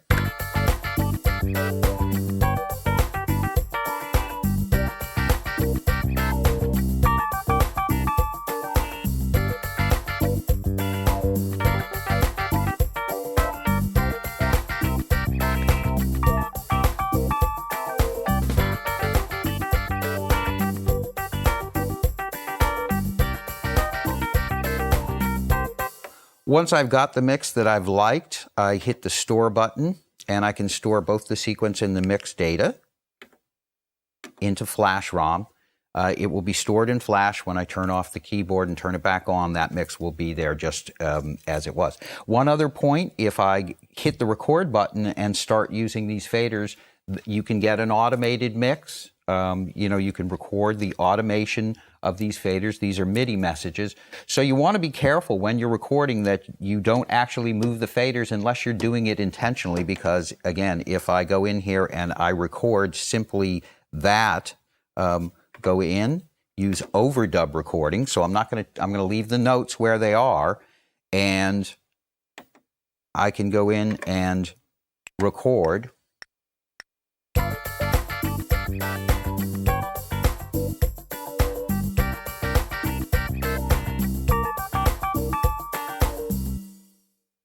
And when I play that back,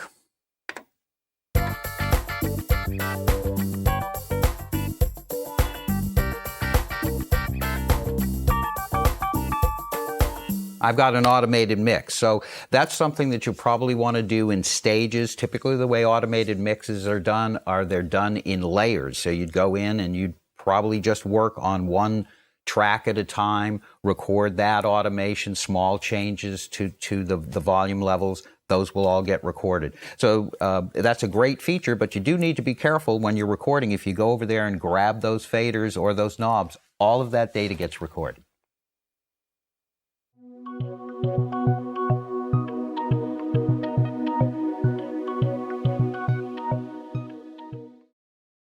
Previous section of the DVD, we showed you how to create your own arpeggios. And now I'd like to show you how you can take an arpeggio that you've created. You can either an arpeggio that you've created or one of the preset arpeggios, and you can modify those using modifiers that don't actually change the data inside the arpeggio. They're offsets. So the first thing that I did was I recorded a very, very simple piano arpeggio.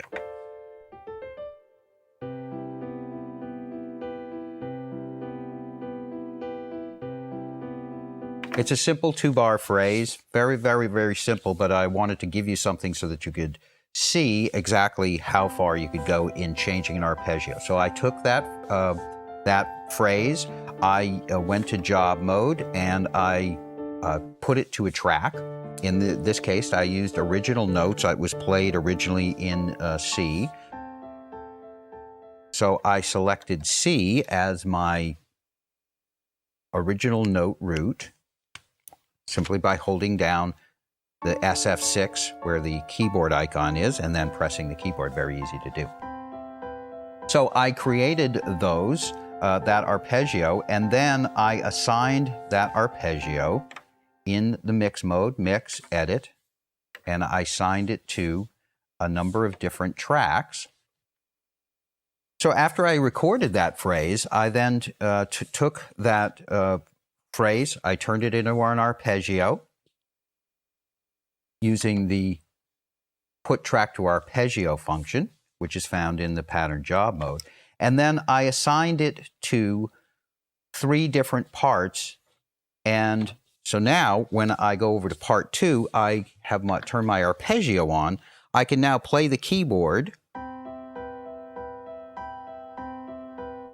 And if I play the keyboard with the exact same notes that I originally played, I'll get that. But then I can also play different notes and get.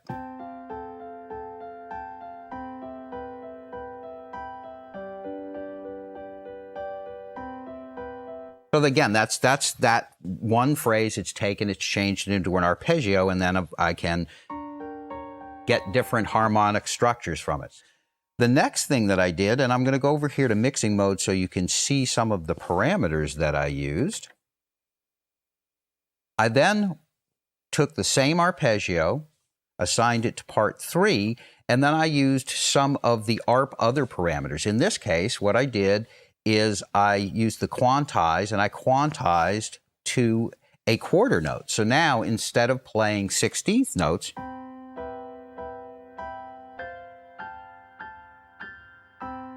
it's going to play quarter notes. The other thing that I did is I used the octave range, and you'll notice that when I play, it moves down an octave. On part number 4, I used different parameters. Again, it's the exact same arpeggio. If I look over here, I'm using ARP type number 5, and this is ARP number 5. They're all ARP number 5, but these parameters in ARP other are different. So here I use the unit multiply, so I'm speeding up how fast it's playing. I also use the swing function, and I used quantization to quantize to a triplet.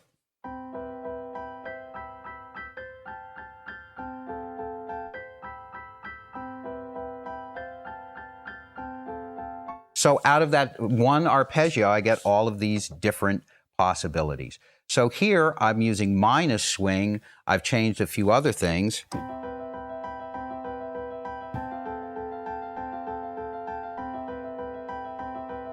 So out of this one arpeggio, I can get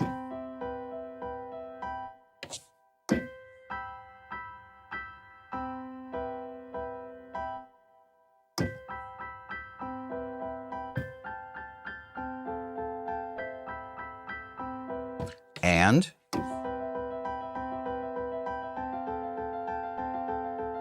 so this allows you to take an arpeggio and modify it using the unit multiply and the quantized values so that it fits in with the song that you're working on.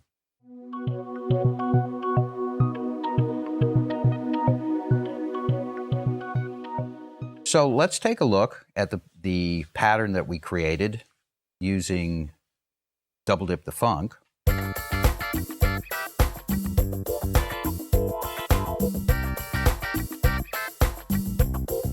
And what I'm going to do is I'm going to go to play effects here. And play effects are, again, modifiers. They don't change the original data. That's still there. They are modifiers that are put on top of that data. So let's try a couple of them. The first one that I'm going to use is called clock shift. And particularly in the 70s with funk bands, the drummer used to play way behind the beat. So listen to what happens as I move and shift the clock of the drum track back.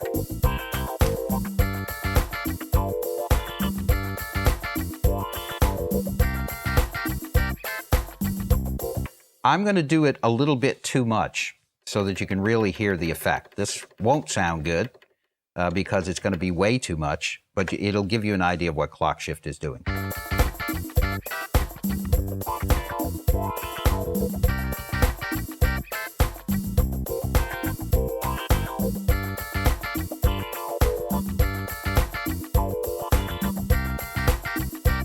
But if you hear it now, moving it back about 7 or 8 ticks, it really puts the drummer in the pocket. He's playing behind the beat, which is very typical. Now I'm going to use a couple of other things. I can also change the gate time, the velocity rate, and the offset. In this case, I'm going to use the gate time. And I'm going to take that guitar part, and I'm going to shorten all the notes and make it a little bit choppier.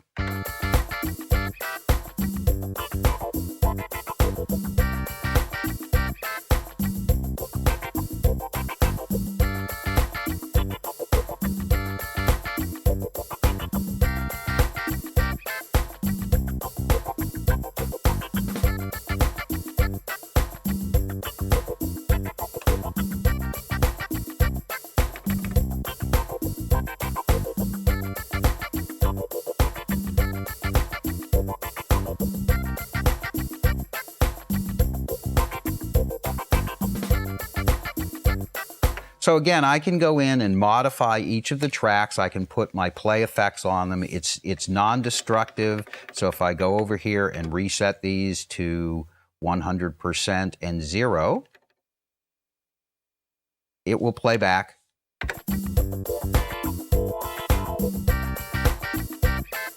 Exactly as I recorded it, because these are non-destructive edits. But in particular with drum tracks, doing a little bit of clock shift can give you a much, much more natural feel to your sequences.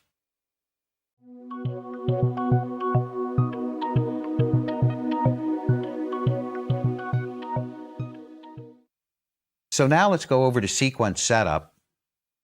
If I push sequence setup when I'm in voice mode, of course, nothing happens. The reason is that I need to be in sequence mode to access the sequence setup parameters. What we've done with sequence setup is we've taken a lot of the different parameters that you want to use in sequence mode, and we put them in one area where you can instantly access them from either song or pattern mode. So Let's go to song mode. And then when I press sequence setup, I'm able to see what's available. So the first thing that is in sequence setup is my settings for the click. I can select whether the click occurs only in record and play, or always. I'm going to turn on always for a second. I can select different types of clicks.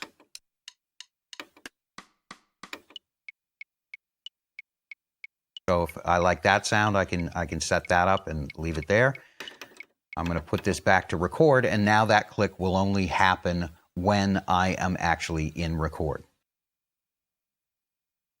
I can select the beat. I can select different beats. Usually you'll want to use a quarter note, but if you want to have a more definition in your click, you can set it to a 16th note or an 8th note. This is the recording count-in, so this will determines how many measures happen when you hit the record button before the recording actually starts, your count-in. I have a volume control, which is nice to have. So those are the click settings, and those are available there. MIDI filter, these are the settings for the sequencer, whether I want to filter into the end or out of the sequencer, notes, program changes, control changes, pitch bend, channel aftertouch, polyphonic aftertouch, system exclusive, and channel mode messages. You'll notice that the MIDI filter for channel aftertouch is defaults to being filtered.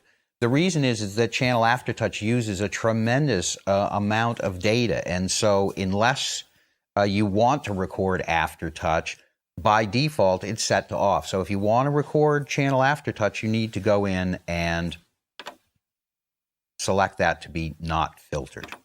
If there's a check mark, that means that that data will be filtered in or out of the sequencer.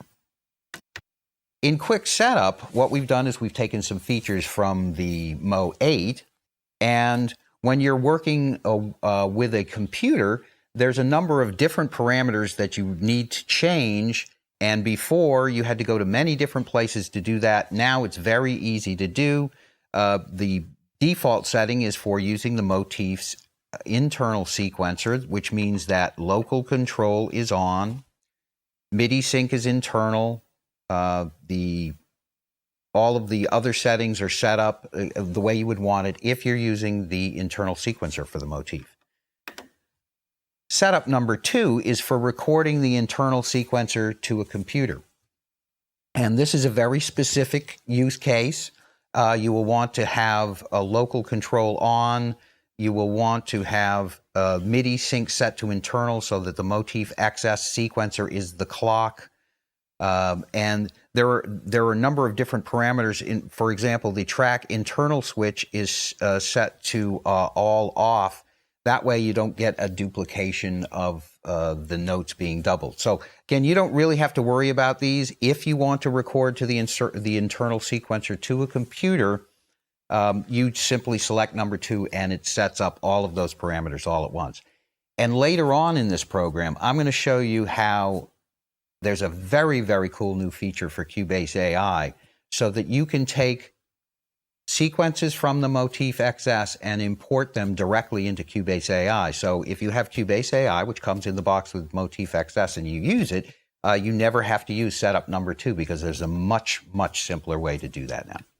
Setup number 3 is if you're recording on the computer and you're simply using the Motif XS as a tone generator. So if you're using Cubase AI and you want to do all of your recording of MIDI data on the Cubase AI itself, this is what you would select to set up to use.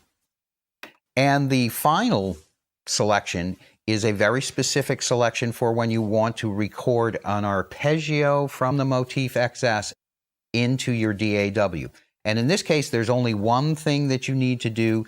You do need to set the switch on your DAW so that echo off is turned off. So you do have to do one setting inside of your computer. And this makes it very easy to record your arpeggios into any DAW. With Cubase AI and Studio Manager, again, there's some further integration that we've done between Yamaha and Steinberg, but this allows you with any DAW to easily record those parameters. So the cool thing is that I can go into pattern mode now, and when I play this pattern, while the pattern is playing, I can go into sequence setup, and I can change the quantize. So currently it's set to change on the first beat of the next measure, but I can go in here, set it to a 16th note, and then do my stutter steps.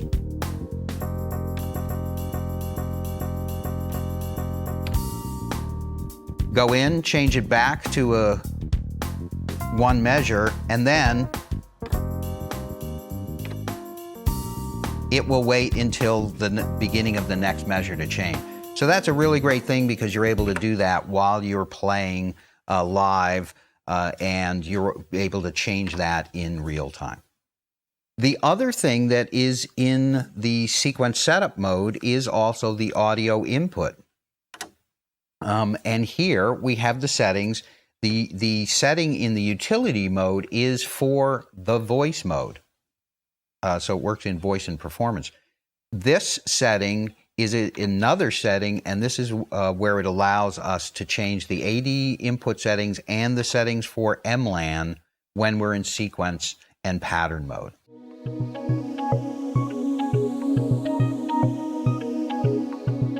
I have 4 arpeggiators that I can use immediately in a song. So what I'm going to do is I'm going to have some drums, some bass, some guitars, some extra guitars. Motif arpeggios set a new standard when it comes to offering both preset and user-created material you can use to generate arpeggio-based licks and loops for live triggering, and also to enhance your recorded work. In this scene, you'll learn how to create your own arps and utilize their multi-track capability, which is particularly valuable when using mega voices. Arpeggios come into their own on a recording, where multiple arps can be recorded to help you build up a complete track. Explore the new Parameter with Voice feature and see how simple it is to mix and match all of the raw material that the Motif XS arpeggio feature has to offer. So that's what I did. I use them immediately in a song. You just push the record button and you can have it in a song.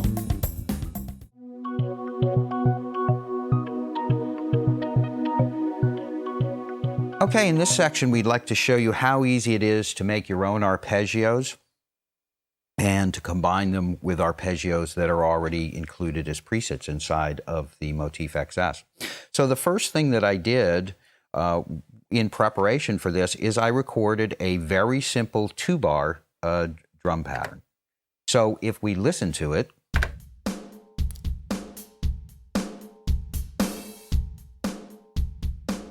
it's a very simple drum pattern. I only recorded, a length of 2, as you can see here. And then the next thing that I did was I went in and I recorded a bass part. Let me just solo this bass part out for you. Again, I'm using my solo button here.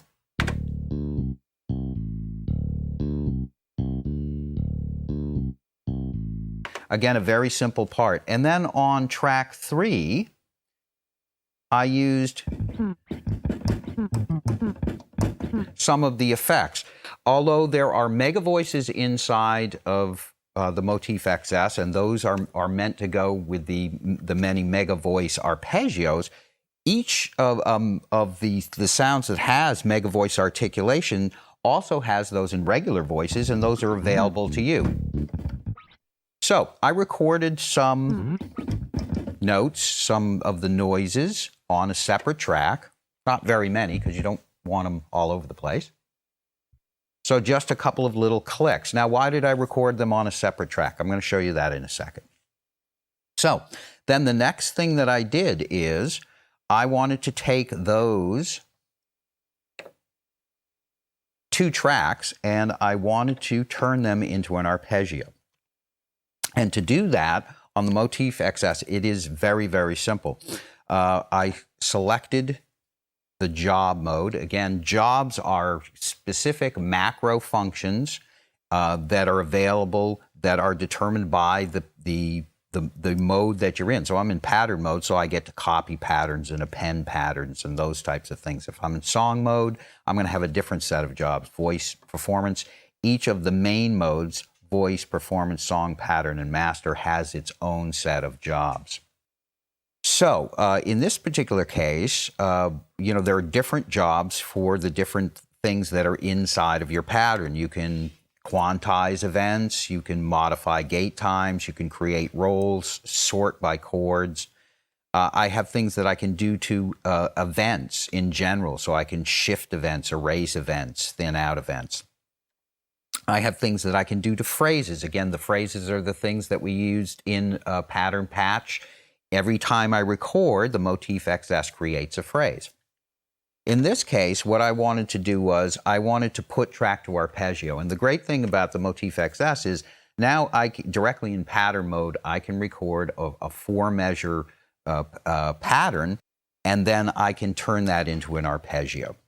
So I select Put Track to Arpeggio, and I hit Enter. And then I have a number of choices here. So inside of the Motif XS, when you create an arpeggio, you actually have 4 tracks from the sequencer that are available to you. And why would you want to have 4 tracks? Well, one really good thing to be able to do is to take several tracks and combine them together and use different conversion types on those different tracks. So in this case, on track 2, I had something which had notes in it. And so when I convert it into an arpeggio, I'd like those notes to work so they're transposed across the keyboard depending on what notes I play on the keyboard. So I selected Original with Notes. I know that I actually played this phrase, and the lowest note was D. So what I did was I went in here and I selected D1 as the bottom note. So this gives a reference to the arpeggio. So when you record something, you have to remember what the bass note was, the tonal center of what you were doing was. Basically, the bottom note is the easiest way to do that. On track 3, I recorded those noises. And those noises, I don't want to be transposed up and down. So what I did is I used the fixed conversion type. So if we look at the conversion types here, we have normal. Normal will actually just take those notes and convert it by the order with which they're played. It's the most typical usage of an arpeggio. I have fixed. Fixed is used for when I'm converting drums, because you don't want your drums to transpose. So if I write a drum phrase and I want to turn that into a drum arpeggio, I'd use fixed there.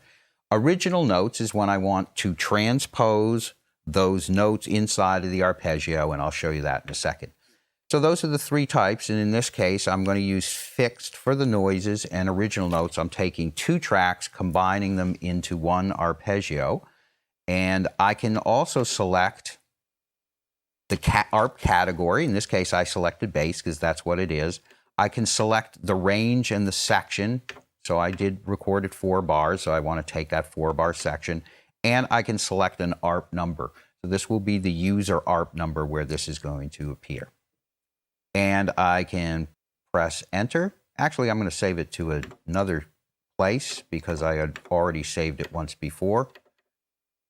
Again, let me select the category. I can use my list to do that if I wish. And then hit Enter to execute. Now, if I go back up here to my pattern and select track number 2, turn on the arpeggio,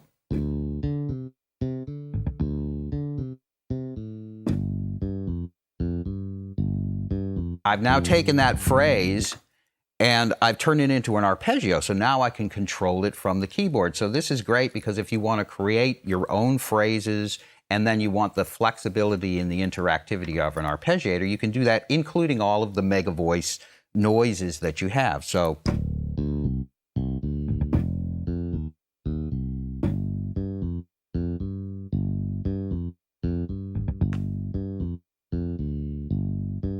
So that's how easy it is to create your own arpeggios in here.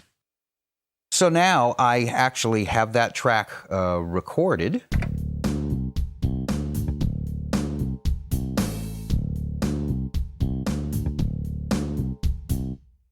So the next thing that I wanted to do is I wanted to see if I could add some of the preset arpeggios that are inside of the Motif XS to the section that I was working on.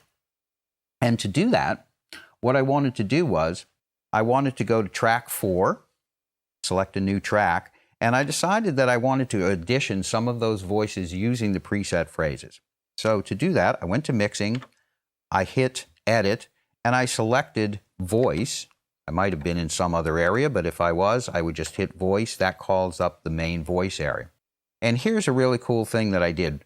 This is parameter with voice. We talked about this a little bit before when I was creating a performance, but when I turn on parameter with voice, it's going to copy all of the parameters from that voice, including of all of the arpeggios that come with it. So now what I can do is I can sit here and I can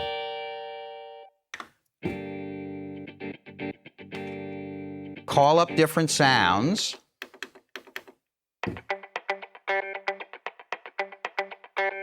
And they actually get called up with their appropriate arpeggios.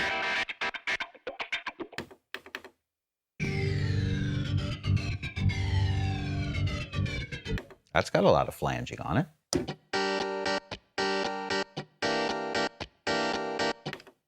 So I could actually be listening to the track,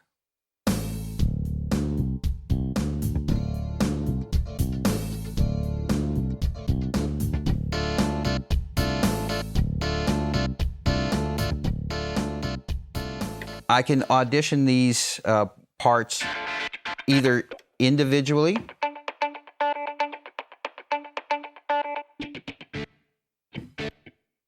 or with their arpeggios.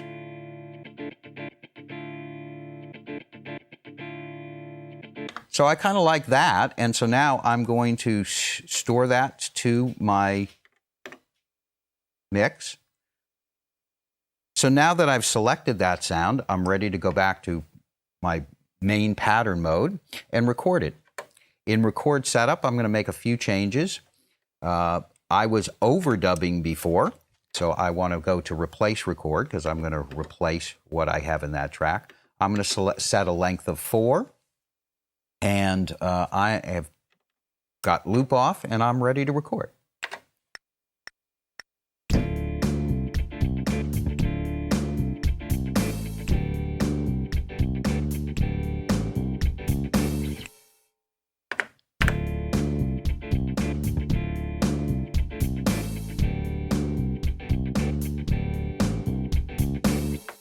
And of course, then if I want to just simply go in and add another track, which is simply played from the keyboard, I'm ready to do that as well. In this case, again, I'm going to make this a little bit longer. I'm going to record 8 bars and I'm ready to start.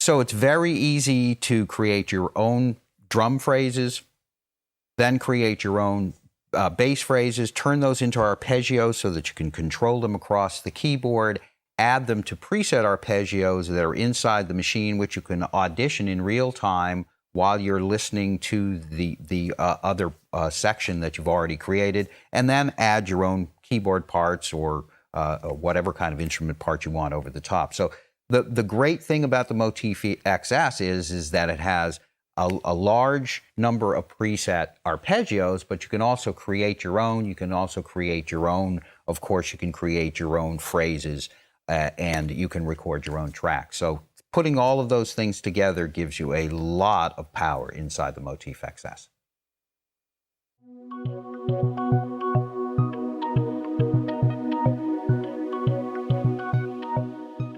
So in this next demo, what I've done is I've taken one sound, which is a pad and synth sound, and I've assigned the exact same sound to 4 different parts. So if I play on part 1, I get the original sound.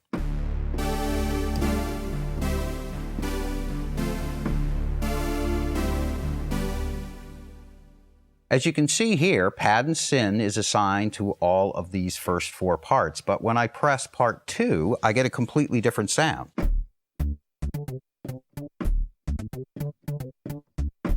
So how did I do that? Well, I went into mixing, I went to edit, and I used my EG parameters.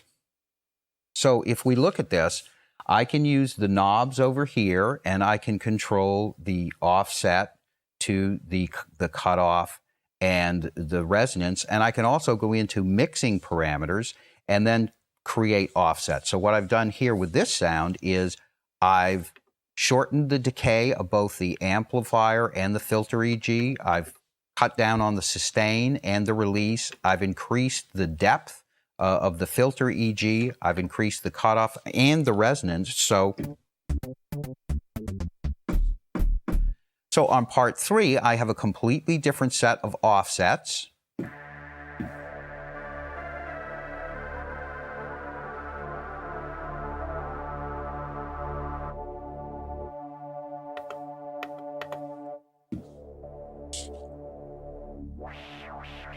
And again, I can use the knobs to control that. And those changes are reflected in the display. So the front panel knobs are interactive with the part parameters that are stored inside of the mix. On the 4th part, I've really darkened this down. I've taken away the resonance. And I've also used some of the voice parameters, and I have now set portamento to be on. So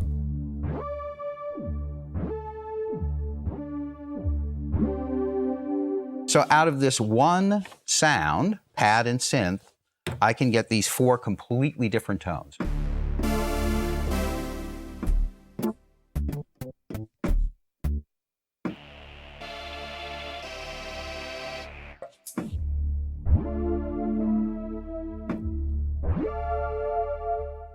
So when you're mixing, make sure that you take advantage of all of the offsets that are available in mix mode, edit, and envelope generator.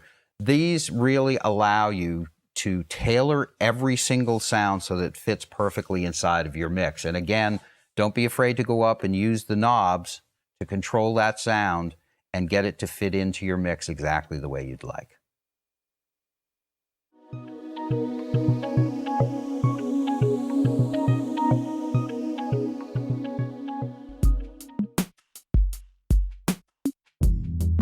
Effects are crucial to how people perceive sounds, whether it's an individual sound, a live performance, or a recording. Yamaha's experience with digital effects processing is second to none. And on the Motif XS, there is a massive arsenal of effects, from high-quality general-purpose reverbs and delays, to character-changing flangers, phasers, and choruses, including a range of vintage virtual circuit modeling effects, to mastering effects that'll help make your recordings stand out from the crowd. This scene looks at the many stages at which effects can be applied on the Motif XS and concludes with a fascinating look at VCM and its heritage.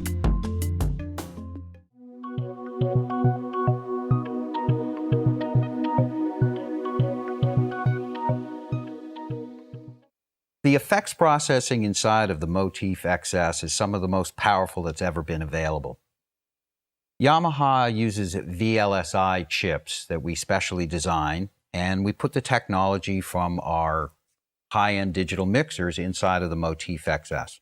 So I'd like to give you an overall view of the architecture of effects inside of the Motif XS. Let's start in voice mode. And at the most basic level, the first effect that we have inside of the Motif XS in voice mode is there is an EQ for every single element inside of a voice. If I go to edit mode, and again, these are where I select the chapters inside of the edit mode: oscillator, pitch, filter, amplitude, LFO. And on F6, I have an EQ. So every single element inside of the XS has its own EQ. And as you can see, there are different types of EQs that are available. I have a parametric EQ. A parametric EQ can have a very, very steep peak, and I can zero in on a particular frequency. I have an overall 2-band EQ, which allows me to boost the lows and the highs for that particular element. In this case, this is one of the bass sounds, so the bass has been boosted significantly here. And again, I get a very graphic representation of where the frequency is and also how much it's affecting that sound in decibels. As you can see, it's an 18 dB filter, so a very powerful EQ. Again, each of the elements has its own separate EQ. So that's a very core part of making the Motif XS sound great. As we move up a little bit more in the architecture, the elements go in and they can now be selected to go through insertion effects. So over here, I have an element out, and I can select whether the element 1 goes to insertion B or A or through. It's not going to be affected by the insertion effect at all. So what is an insertion effect? It is an effect that is very instrument specific. It's like a stop box for a guitar, or it's something that's very specific to that particular instrument. So in this case, I have 2 insertion effects, and one is insertion A is a VCM EQ. So this is now I've taken all of those elements with their separate EQs and I've run them through an overall EQ. And I'm not doing a lot in terms of processing at this point because I want a very natural sound. I've just rolled off a little bit at 1.7 kilohertz and 8 kilohertz. And you'll also notice something else about that is new in the Motif XS. What we've done is we've taken all of the effects and we've grouped them together and given you presets. So there are over 300 different presets for the effects. We've taken and combined many effects together, and so there are now a total of over 300 effects that are available, and they come in presets. So I can very simply, without going into detailed editing of each of the parameters, call up something like a radio speaker effect, something that's good for dance kicks and snares. I have a number of these different things that are available to me, and they change all of the parameters at once. So going back to my connection page, which shows me how these effects are organized, I again have 2 effects, and the second effect over here is damper resonance. And as we said when we were explaining the voices, the damper resonance effect is actually something that is a specifically designed effect to recreate the soundboard resonance that happens inside of a piano. So you have lots and lots of different effects that you can apply to that particular voice, depending on what that voice is. It's very easy to get to the effects from the main screen. If you push F6, it pops you right down into the page for editing the effects. And on SF1 is the connection. The connection page allows you to select the way the effects are routed. So first, again, I can select for each individual element what insertion effect it goes to. I can also select those insertion effects directly here. The other thing is that I can change the way the insertion effects are routed. In this case, if you follow the diagram, it's a very graphic diagram. The elements come out, they go into insertion A and then down into insertion B. By using the insertion connection parameter, I can change it so they come into B and then to A, or I can go to the insertion large. This is for the vocoding effect, which we'll explain in a separate section. So this final parameter allows me to put the routing from the elements to both insertion A and to insertion B. So a simple way to think of this is if you have a couple of pedals, how would you connect up those pedals? Would you put your distortion first and then your chorus, or your chorus first, then your distortion? It's very simple if you think of the insertion effects as individual stop box effects, and that's probably the easiest way to think of it in terms of the architecture. You also have two system effects, and the system effects are applied to the overall sound, and you have two parameters that control these. This is very similar to what you would find in any kind of mixer. You have a send, so you can determine how much that complete voice is sent to the chorus and how much it's returned. And you have a pan parameter, so you can pan the chorus all of the way to the left if you'd like to do so. Most of the effects inside of the Motif XS are stereo, and so you probably want them in the center. The same thing is true with your reverb. You can select the type of reverb that you'd like here, and also the send and the return. So all of these things come together to make a single voice with all of its effect, and all of those things are stored together. In the voice mode, there's one other area of effects, and the other area of effects is found in voice utility. Utility is, again, a submode, and as we've described before, all of the file, utility, edit, job, and store are submodes, so when you press utility, you get a different set of displays than you would if you were pressing utility from performance.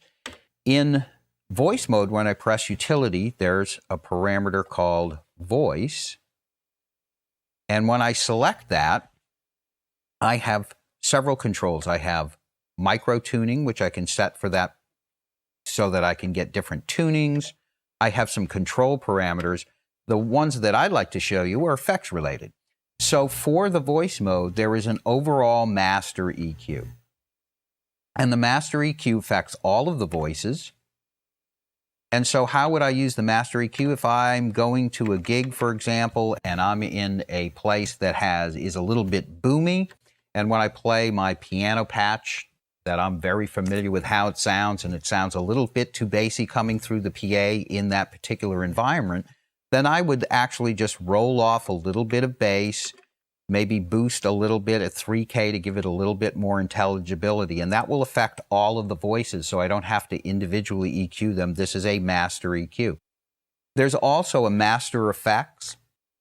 You can use the master effects for the voices, and you can select a single effect like a multi-band compressor that would allow you to get more output from the sound. That's typically what a multi-band compressor would do. You have a number of different things that are here. Probably you're not going to want to use your ring modulator, because selecting the ring modulator, this is my piano sound with a little bit of chorus on it. And now when I turn on the ring modulator, every sound will be put through a ring modulator. So my lovely piano sound is not going to sound real nice. If you'd like to duplicate older synthesizers, you might want to use lo-fi. This actually will take the sound and make it sound a little bit cheesy, a little bit, it's like lowering the bit depth on the sound, and I can change the sampling frequency in terms of making it sound very aliased and all of those things. So you're probably typically not going to want to use your master effects in voice mode, but it does come into play very much in performance, song, and pattern, where you can store the master effects for each performance, song, and pattern. But in voice mode, these are global controls that affect every voice in the machine. So let's review really quickly. For each element, I have an EQ. Then each of the elements goes into a routing, and I can route that individual element to go through insertion A or B or through A to B, depending on the routing that's set here. I have two system effects, and all of this is labeled chorus. That's somewhat of a misnomer because I can go over to my chorus and I can select a VCM flanger here, and if I look under chorus, I actually get my VCM flanger. There are other things besides flanging and chorusing here. I have phasers. I have early reflection, which can be used to do even finer detailed reverbs. And I also have delays. So inside of here, I have complete delays with up to 638.3 milliseconds of delay. So very long delays are possible here. So as you go through the voices, you'll find that a lot of the voices have very detailed effects already preset to them, and you can edit them very easily. First of all, you can always go over here, select Tone 2, and edit the reverb and the chorus, the amount that it's applied to the voice. And in many cases, and we'll show you that in a second on a guitar sound, so the assignable 1 and 2 buttons have been used to control the effect so that you can get a lot of different sounds out of one sound by editing the assignable knobs up here.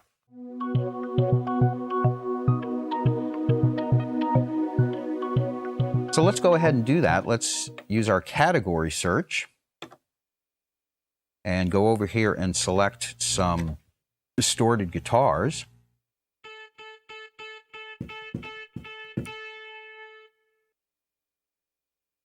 I'm going to take this MIDI tremolo sound, and if we look up here on the screen, we can see a couple of things, that the assignable 1 and 2 knobs up here are assigned to the amplitude depth, and so this is going to control the amount of the tremolo. Okay, and this is going to change the delay.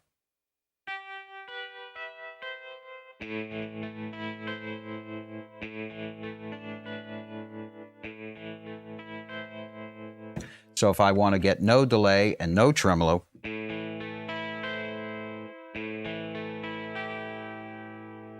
I can do that pretty easily. So again, that's one example of controlling the effects in real time. And of course, I can also store those offsets by simply pressing the store button, and the original sound will still be stored there. These are, again, offsets to those things. Let's take a look at this light blue sound for a second.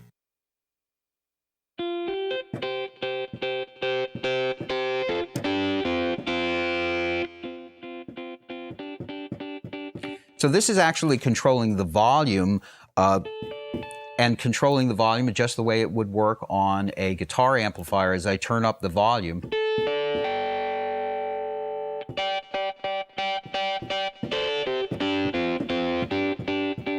I'm going to get more distortion because it's going to be hitting that distortion effect. Let's take a look at what's on there.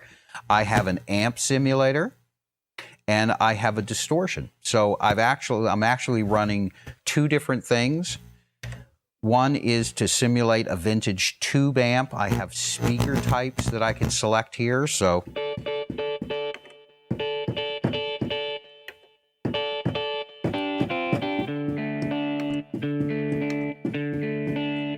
very subtle differences in the speaker that the amp simulator is modeling. And I also have a comp and a distortion. This is a combined effect. It has both a compressor and a distortion unit inside. So again, looking at these very much like they were stomp boxes, I think is a very good way to think about them. Inside of the voice, you have your insertion effects. You can control them using the knobs or edit them using the detailed parameters. And then what happens next in the architecture when you go to a performance. Let's take a look at that next.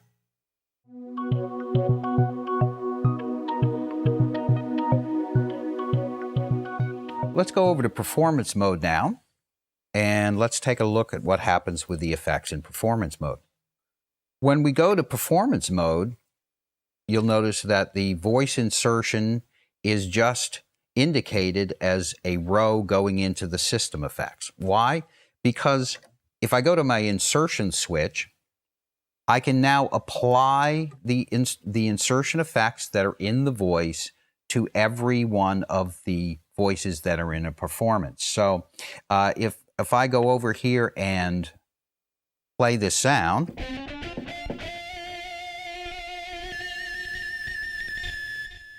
it's a nice distorted sound. If I take the insert switch off, it's not so powerful. So you're probably going to want on your guitars to keep that insertion switch on, but when you create a sound in a performance, all of the insertion switches are by default turned on, so you'll hear them pretty much the way they sounded in voice mode. The difference is that the system settings are going to be different, and you're going to want to, when you create a performance, and all of the performances that were created, all of the system effects were tailored for that complete performance. So you're going to have different reverbs, you're going to have different choruses and delay settings. So this is something that when you create a performance, you're going to want to edit your chorus and reverb effects so that they sound good when all of the different voices are put together. Something that sounds great in voice mode with tons of delays and a big reverb might not sound so great when it's in a performance and it's put with a drum part and a bass part. So again, this is what you would do on a mixer. You would take those different parts and you would mix them together and then add your chorus and reverb. So if we take a listen to the effects that are going on here, I've got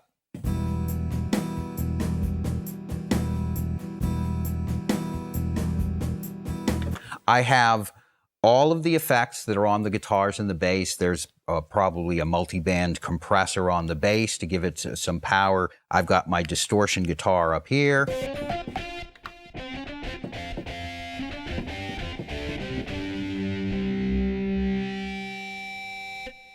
And I'm able to route any of the parts to have chorus and delay. And how do I do that? Well, that's actually very easy. If I go over here and select a part in Performance Edit, I can go and look at the output over here, and I'm sending part 1 to the reverb with no chorus because that's the drums. I'm sending the a lot of chorus to part 3. And again, if I go over here and I select tone 2, now I'm able to edit the amount that's being sent to that part 3. If I go over here to part 2, I can send the bass part to chorus. I can change the amount of reverb. That won't change until I turn the knob. It's not affecting anything yet. It's 65 is still saying the same. When I get there, the red arrow disappears, and now the chorus is starting to be affected. So it's very quick to get around. Part 4, part 3, part 2, part 1. That's very easy to control those overall things.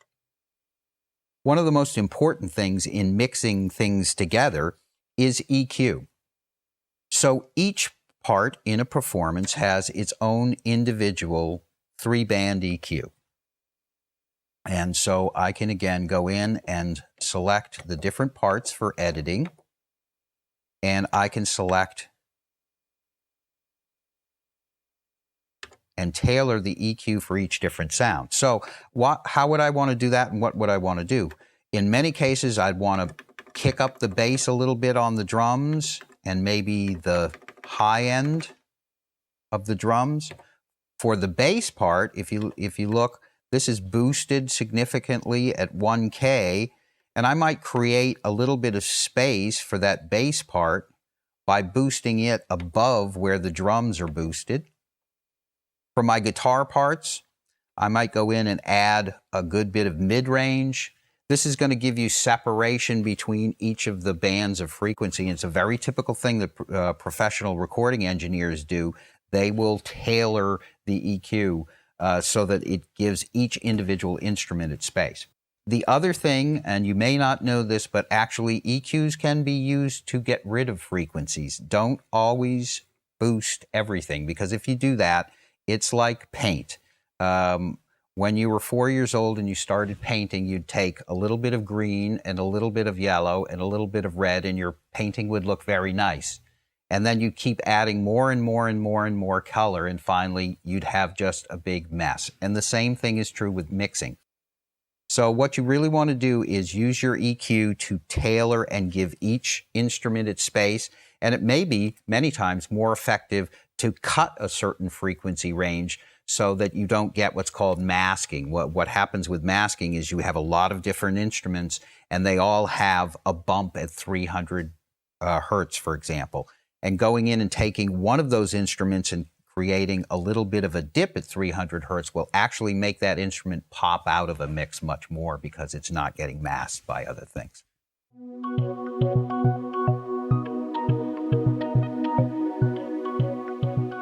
When it comes to song and pattern, effects become even more and more important, both effects in terms of reverbs and choruses and insertion effects, but also certainly EQ. So let's take a look at how we use effects in song and pattern mode. This is one of the demo songs. Your effects, most of the effects are accessed in mixing. So one of the things that we're going to do here is we're going to take a look at the effects that are applied here and see how quick it is to edit them. So first, let's push F5. And the first thing that we're going to see, we have our connection page. We can see that we have a tempo cross delay. Let's take a quick look at the RevX Hall reverb. The RevX is the same reverb that's found in our high-end digital consoles. And we have all of the parameters here that we can edit in terms of changing the size, the initial delay time, low-pass, high-pass filters, diffusion, all of the things you would find on a very expensive high-end reverb. The other thing that's very nice is we have presets. So we can call up different presets that change all of the parameters very quickly, and then we can edit them further from there. We also have different reverb algorithms. So this is the ReverbX Hall algorithm. This is the ReverbX Room algorithm. And the difference between the RevX Room reverb and the Hall reverb is it's actually a completely different algorithm. It has different parameters inside of the reverb itself, so it sounds completely different. So you're going to want to look at both the type and the presets to figure out which reverb sounds best for you. It's interesting to note that on the demo songs, even though there are 8 inserts available at any one time in song and pattern mode, there were actually only 4 were used in the mixing of this. It's very often the case that you don't necessarily need the insert effects. Many times the insert effects are used for compression or for EQ, and when you bring them into a song or pattern, you're going to want different EQ and different compression technologies. So you will probably want to use your insertion effects on things like organs, wad clavinets, distorted guitars, those things that are kind of stomp box type effects, and sometimes on synth sounds where the delay is very, very much a part of the sound. But on many core sounds, you're probably going to want to go in and do individual EQing. So we can use the insert switch here and select which sounds have their insert effects applied or not. So it's pretty simple to do that.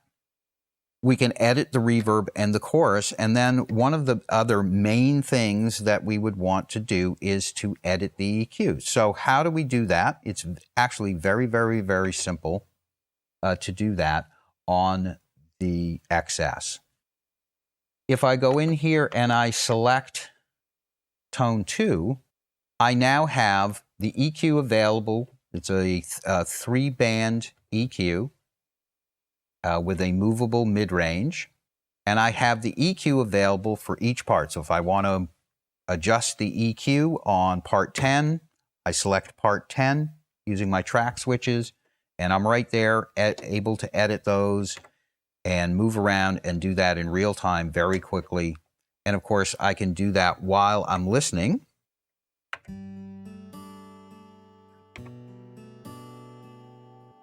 So my Mega Steel guitars are on the first 3 parts. I might want to solo out a track.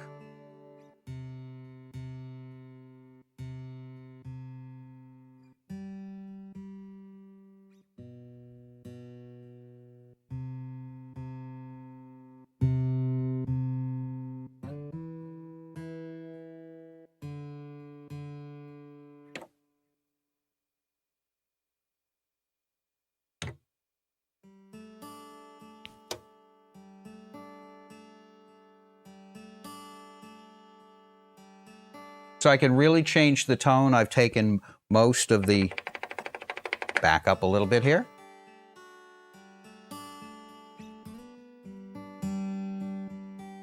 I can take all of the bass out of the sound, add it back in.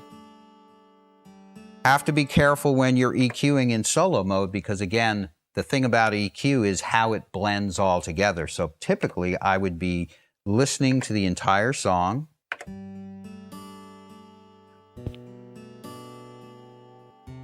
and see how that sits in the mix.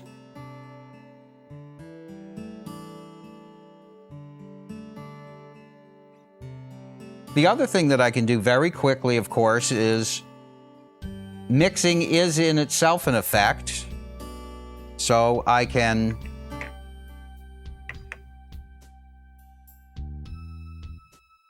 go in here and quickly set the balance of things. The other thing that I can do is use my knobs up here. Let me concentrate on the guitars here for a second.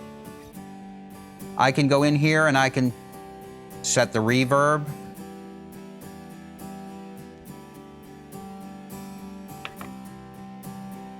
Add more chorus.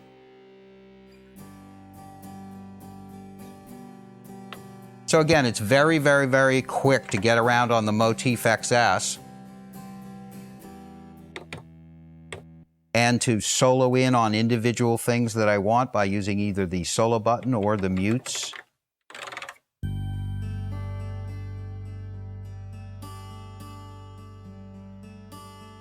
Very quick to get around and do actual mixing, and of course, very quick to get through and to edit all of the different effects that are available.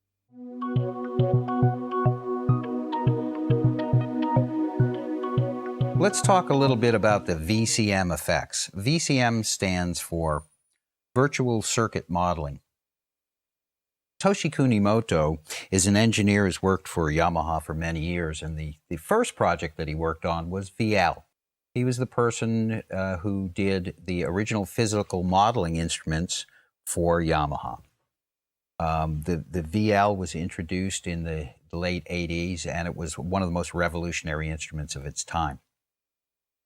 The next project that Toshi started working on was virtual circuit modeling, and he came up with a remarkable idea, and the idea was to take the small components, the resistors and capacitors that are inside of vintage effects, and to model those. Toshi really wanted to be able to completely emulate and model vintage effects because he understood that those vintage effects were becoming much harder to come by. They had great sounds, and he was a real historian of those effects. So he collected up an entire laboratory full of old compressors, old EQs, old stomp boxes, and began investigating them. And his idea was that if he modeled the resistors and the capacitors, then he would be able to get a circuit diagram. And he would be able to piece together his small models into exact duplications of what those vintage effects did.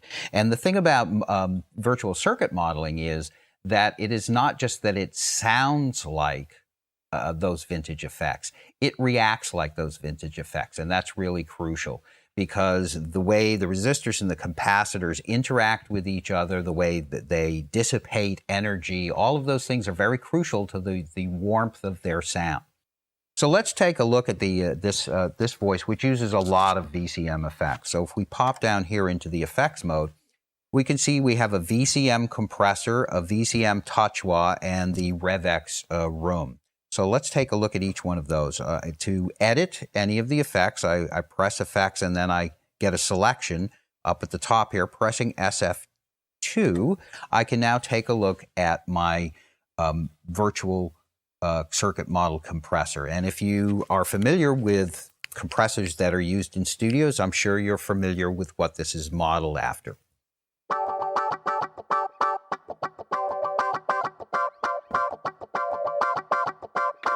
I can go in and, of course, edit all of these parameters pretty easily. And I also have, again, I have different presets.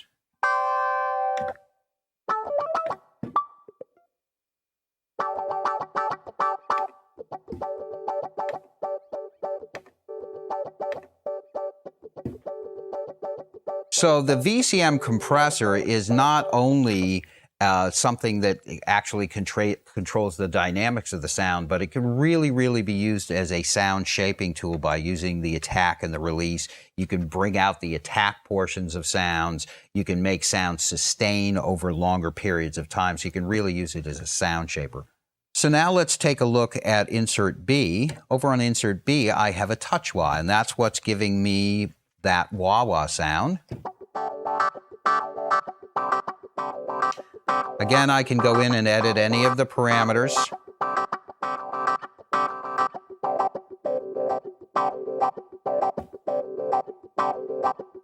And it very much, again, duplicates the sound of a touch wah that was very popular in the 70s. Not all of the effects inside of the Motif XS are VCM effects, but let's take a look at some of them that are real quickly. You've got your compressor, your wah-wah. You have your EQ, which is modeled after a very famous studio EQ. You have your VCM phasers.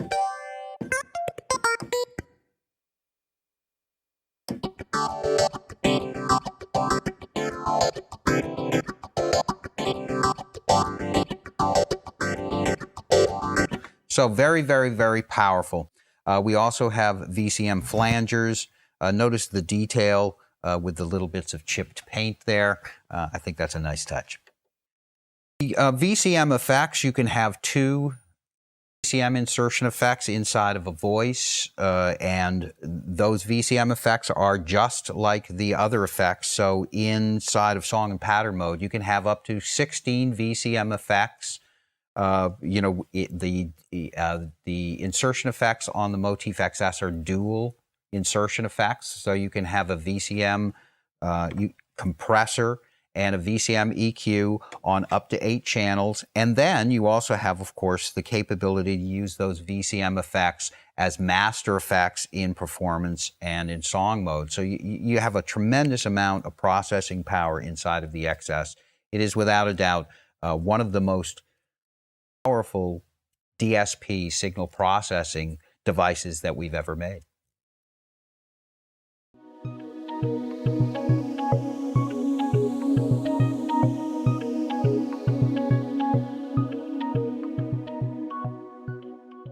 Let's talk about how to set up the vocoder in the Motif XS. The vocoder is a great feature. You can use it for adding background vocals. You can use it for very cool synth effects. So when I first, in voice mode, select the vocoder program and I play the keyboard, nothing will come out because you have to do a little bit of setup. So first thing that you need to do is you need to connect a microphone into the back of the Motif XS into one of the AD inputs. And then, because we're recording this with a microphone, that's on my chest, and I'm also going to turn up the input from the microphone here. You're also going to hear a little bit of doubling here, but don't worry about it. That's just because of the way we're shooting the video.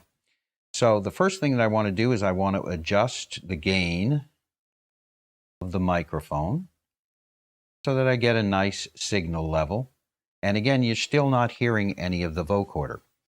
So to get the vocoder implemented, the vocoder uses a large insertion effect. And if I go to utility mode, I have a number of different selections in utility mode, and one of them is voice audio. So if I select voice audio, I will see two different sections. One is for the AD input, and I can control the volume of the AD input directly here. And I have a panning. I can pan left and right here. Set that to the center. I only have a connection into the left mono input with the microphone. And so the first thing that I'm going to do is I'm going to use my input selector and select simply the left mono input. The reason that you'd want to do this is you don't want that right-hand side just sitting there idle. Here's the really important thing for getting the vocoder enabled. It's the output selection. Here you can select where the output of the AD input goes. In the case of the vocoder, it uses a large insertion effect. So if I dial all the way to the end, I will now see the insertion L selected. And you'll notice that the input from my microphone has now cut off. The reason is the way a vocoder works is it takes the signal from the microphone and it adds it to a synth waveform and combines those two things and allows you to actually sing words with synthesizer sounds. So, I can sing the words of the song really easy. So you've noticed that I've got the vocoder. I also have a delay on this program. If I select the next one, it's one that has no delay on it. It's very good, very articulate. You can hear the articulation of every word that I say, and the pitch is generated by the notes on the keyboard. And it sounds very strange to me because I have a pair of headphones on and I'm simply talking into the microphone and it comes out pitched.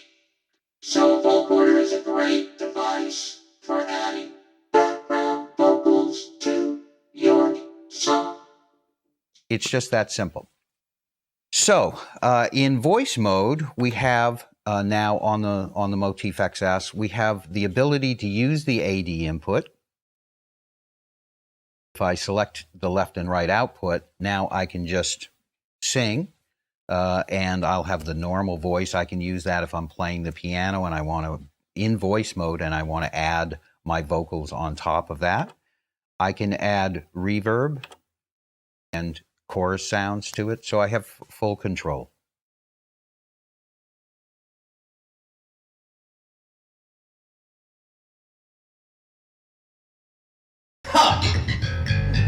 And then you go like, and then you go to track number 2 and you say, you know what? I'm going to add some drums. Are you still with me? Just let me know when you're bored, okay?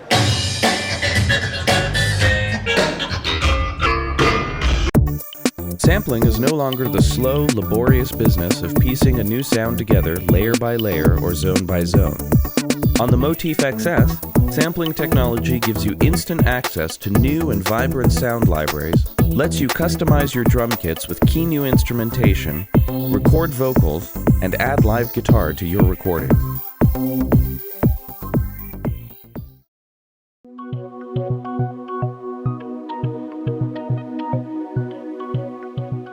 So let's get started in taking a tour of sampling on the Motif XS. As we mentioned before, the Motif XS is context sensitive. So whether you enter integrated sampling from voice mode, performance mode, song, or pattern, you will get different display screens because you will only get the display screens that are appropriate for that particular mode. So let's take a look at integrated sampling when we go in from voice mode. The first thing that I'm going to want to do, and probably the most typical usage in voice mode, is to load a library. I have a USB stick connected here with some pipe organ samples from the VM Pipes library. And there are a number of different ways that I can load things into the machine. I could select an all file and load all of the samples and all of the voices that are on this particular file.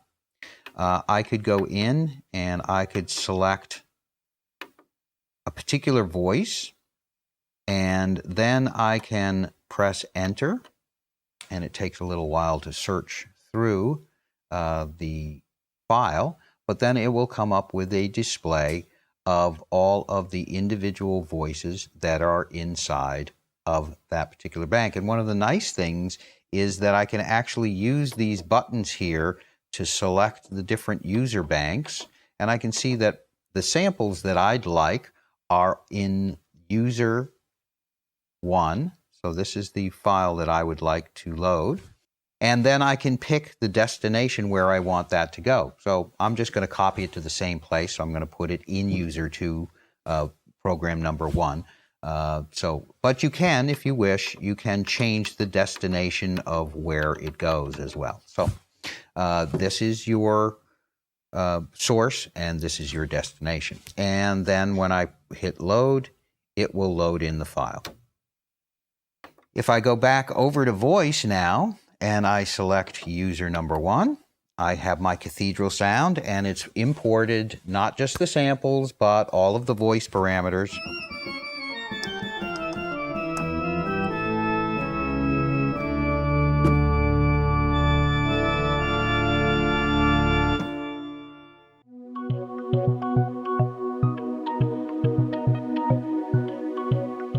A sample is a .wav file, a .aiff file, a sample, and it is just exists without any parameters. It is just the raw audio data. You take a sample and you put it into a key bank. And a key bank, if we take a look at this, is we have a very graphic description of what this pipe organ is made up of. It is made up of 21 different samples, and you can see that each of those samples now has a parameter, and some of the parameters that are with the key bank are how far that sample is played on the keys. So in the case of this sample, it's played from B2 to C#3.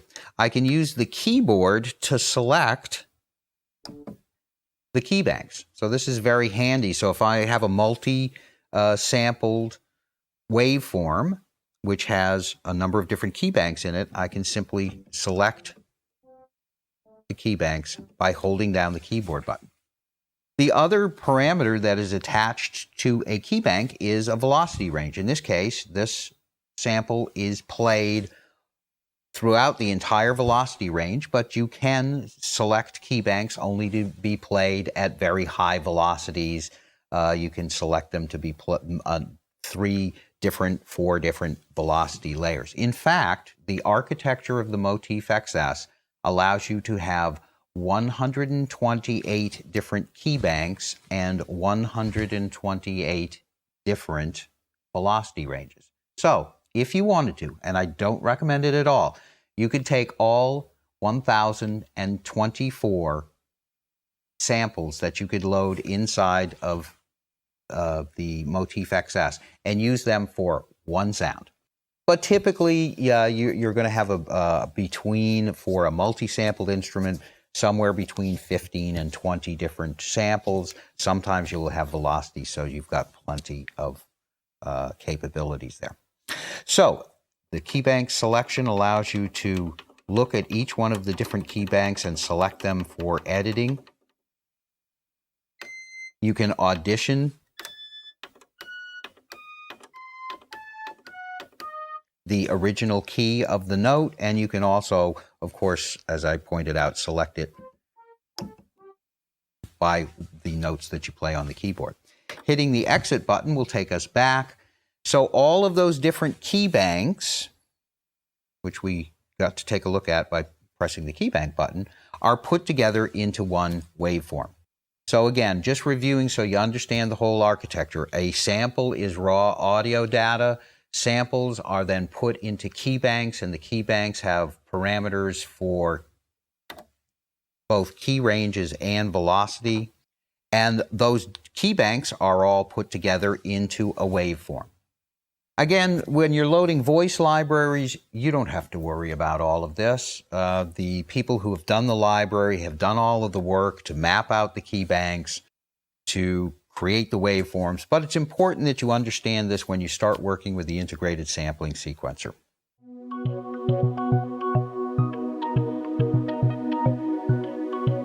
Let's talk a little bit about editing drum kits. I have selected a user drum kit. They are available to edit, and they're very simple to edit on the Motif XS. I press the edit button, and when I press the edit button, I'm in common edit. As we have talked about before, in all of the edit modes of the Motif XS, of voice, performance, song, and pattern, there are two separate edit areas. One is the common edit, where you edit the things that are in common for that voice, performance, song, or pattern, and then you have individual edits. So in the case of a drum kit, if I press the number 1 button, it comes up and it shows me edit key. So how do I select the different keys of the drum kit that I want to edit? Well, it's very easy. I simply play the keyboard, and that parameter, that key bank of that drum kit is now available for editing. So let's say I wanted to edit the D2. I could go in and I can select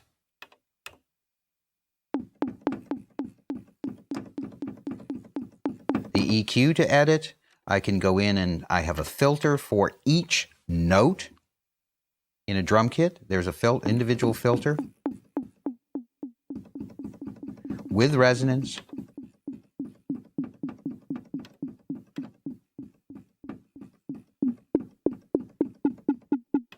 And a high pass cutoff. The high pass cutoff will cut off the bottom end of the sound. I have an amplitude envelope, which has an attack and a decay, 2 decays actually, and an overall level. I, of course, have an individual level for that sound to get it balanced out in terms of the other things. And you notice, as I'm on this display looking at the envelopes, all I have to do to see the different envelopes is select the key.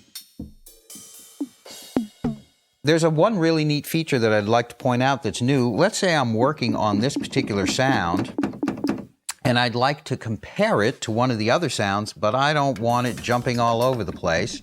There's this neat little feature called page hold.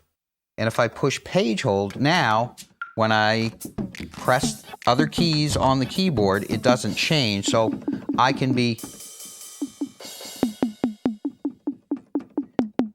checking the balance versus this note here, and the display won't change. When I turn that off, then it changes right away. So as you can see, very, very easy to edit user drum kits. All of the preset drum kits are also included as copies in the user drum area, so you can feel free that you can edit those user drum kits. You always have the preset data to work on. When I'm in a user drum kit and I go to integrated sampling, and I go now to record, I can actually select the user drum kit. So let me get the one that I was working on before, which was New Hip Hop 2. And I can sample directly into a particular key to replace with my own sample. So I could use this to replace snares. I could use it to replace kick drums. I could use it to add in special effects. And I have that drum kit, which is based on the ROM inside of the Motif XS, and I'm just adding that one particular unique element that I want in my music. Typically, those would be, signature sounds like snares and kicks. So this is really great for hip-hop guys. They've got all of the patterns. When you replace the sample in the kit on that note, it will work with all of the internal arpeggios because you're recording it on the place where the snare is triggered by the arpeggio. So let's just pick a sound. That might be a good one to replace. I can select the sound that I want as the drum key by holding down the keyboard. Find something that I think I can live without in my drum kit. Go to standby, and I plugged a microphone into the back of the Motif XS. There are a couple of different ways to trigger the sample. I can do it manually by hitting the start button, and that will start the sampling. That's probably not the most effective way to do it.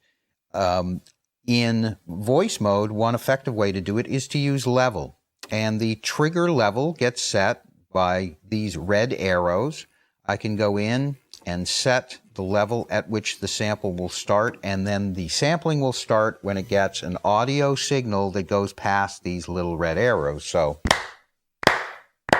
in the case of a percussive sound, I'm going to set it to 1. I want to catch the very beginning of that, but we'll see in a second how the Motif XS actually compensates and gives you a little bit of pre-recorded sample data just in case you didn't get the level. There's a way to catch it. It's kind of a fail-safe method.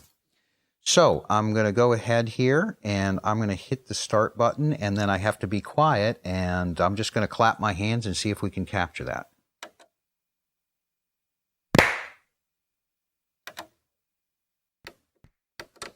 Okay, so there's my little sample. I've captured that. And if I didn't like that particular take, I can hit the exit button. It will take me back out, and I can do it again. In this case, I'm going to keep it, and it says press enter to fix, so I have done that. And then I can go in and edit that. So if I go over here and in integrated sampling, press edit, I have a new waveform. I can, again, audition it. I can zoom in to see that waveform in very great detail. And I can also change the start time, the loop point, and the end point. And if you notice, it didn't actually catch the beginning of the sound. If I go over here and I move the start point, now I've got a much longer version of that sound. And one thing that I'm going to want to do with these types of samples is I'm going to want to extract. What extract does is it will take everything between the start point and the end point and remove it and make it a new sample. So you want to catch the beginning of the sample by moving your start point. Make sure that you get the very beginning of the sample. I might even want to go over here to my end point and extend that out a little bit and extend the loop out a little bit. And so make sure that I've got the full value there of what I wanted to get. I can actually bring the end point in because I don't need that much. And you'll notice the display, it's showing me where I am in the sample. This encoder is velocity sensitive, so as you move it faster, it will move faster. So if you spin it real fast, it'll move real fast. If you move it real slow, it'll move real slow. So there's my start point, my end point. You can see that all graphically. I press enter to extract, and I'm sure. And now what I've got, if I zoom out, is I've got my waveform, and I'm ready to put it wherever I want. Very, very short sample. Just wanted to give you an idea of what you could do. If now I've got that inside of the machine, and I can look at the different, where the key bank is, how it's mapped across the keyboard. and I can go back over here to my drum kit and take a look in edit mode. And you will see that it is automatically assigned that new waveform, wave number 1, to D3, and it's on. And it's right in the middle of my drum kit. Now, of course, when you've done with all of this, you will want to save your data. So to do that, you simply press Store, and this will store your new user drum kit. When you store that drum kit, it will store it with the sample. So when you store an all file, and you will need to store an all file because once you put sampling data in there, you're going to want to store all of those things. All of the parameters, of course, for the voice, the performance, all of your song data are stored in Flash so that they are there if you power off the keyboard. But with samples, you're going to need to, whenever you create a sample, you're going to want to back that up, store an all file. An all file contains everything. It contains all the samples, all of the performances, all of the voices, all of the songs, all of the mixed voices, everything that you have in your Motif XS. And so that's the safest way to back it up. There's a nice feature now, just to point this out real quick. I can select this, and if I go down here and select Save, if I've highlighted a file that's on the computer, when I push Save, it will call up that name. This is really handy, so you don't have to go through every time and rename things from scratch. So in this case, I'm just going to go over here, and it's not really a pipe organ, but that's okay. I'm going to insert pipe organ 5, and then when I press Enter, it's going to ask me if I'm sure, and when I save this now, it will have saved my drum sample to a new file, and I'm all set to go.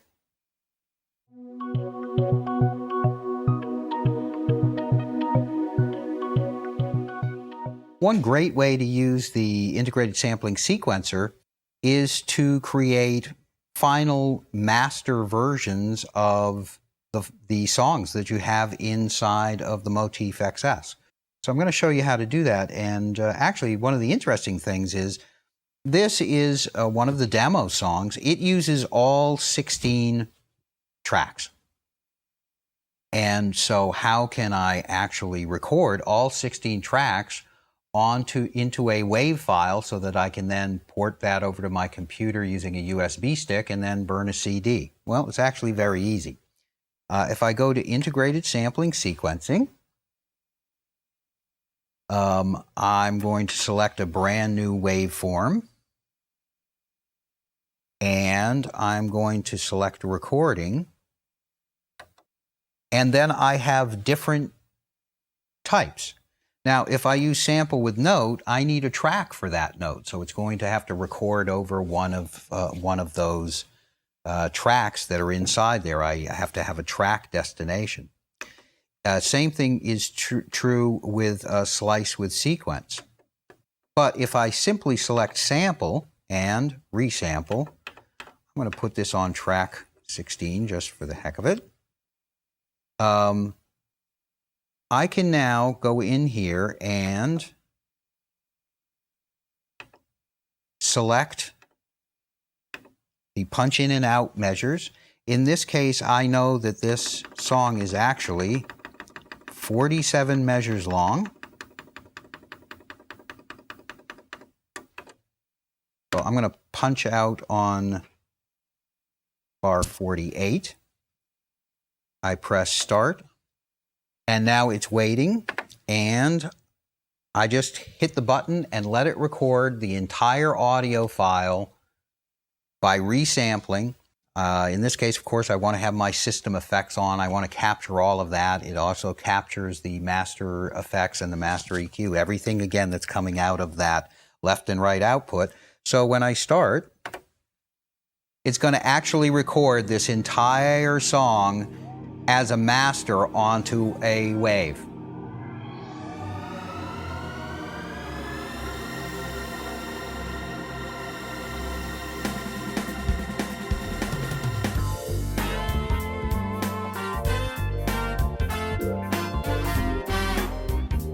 And actually, rather than make you listen to the whole thing, I'm going to stop it right there.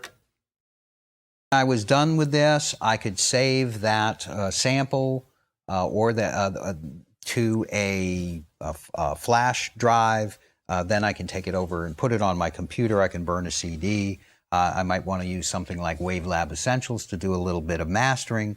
But basically, I'm ready to go ahead and burn a CD off of what was done right inside of my Motif XS.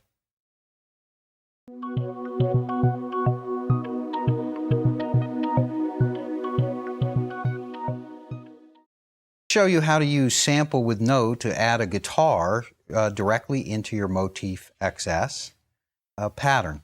So what I've done is I've recorded a pattern, and I'll just play it for you very quickly here. So you've got a section there, and it's 4 bars long. On section B, I have another section. It's A minor and G major 7. Pretty much the same. But it is different and has different arps in it. I've got one of the guys at Keyfax who's volunteered to play a little guitar for us. And so we have plugged a guitar into the back of the Motif XS. And the first thing that I did was I went to utility mode. And in utility mode, you have some general settings for the tone generator. You have some settings for what type of remote and where your MIDI is going to be directed in terms of the interface. But what we want to look at is the I/O. Up until now, I have been using a microphone. The input on the back of the Motif XS can be switched with software from mic to line. So because we're coming in on a guitar, we want to use a line level input. So I've selected line. I can store those settings. And so now that's all set up for us.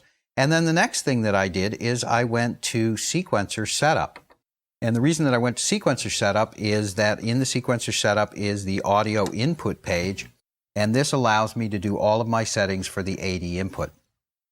So when we first turned this on, this switch was set to stereo, and because it's only coming in one input, it was looking at the left side. There was nothing coming in the right, and so the guitar player was only hearing things in one side of his headphone.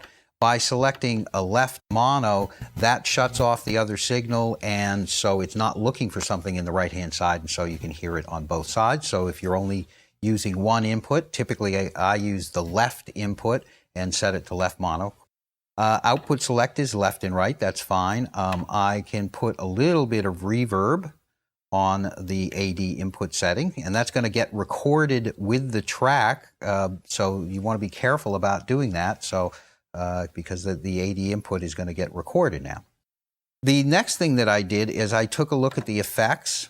You have 8 insert effects, and by default, the 8 insert effects are set to the first 8 parts. And so part 8 would be on. I turned that off and turned on insert effects for the AD input.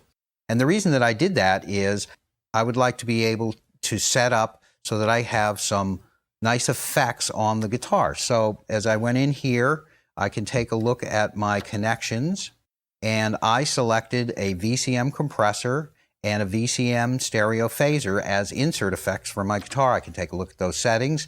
And Will, if you could just play just for just a chord or something. So if he hits that really hard, a little bit louder, you're going to see that there's gain reduction going on from the VCM compressor.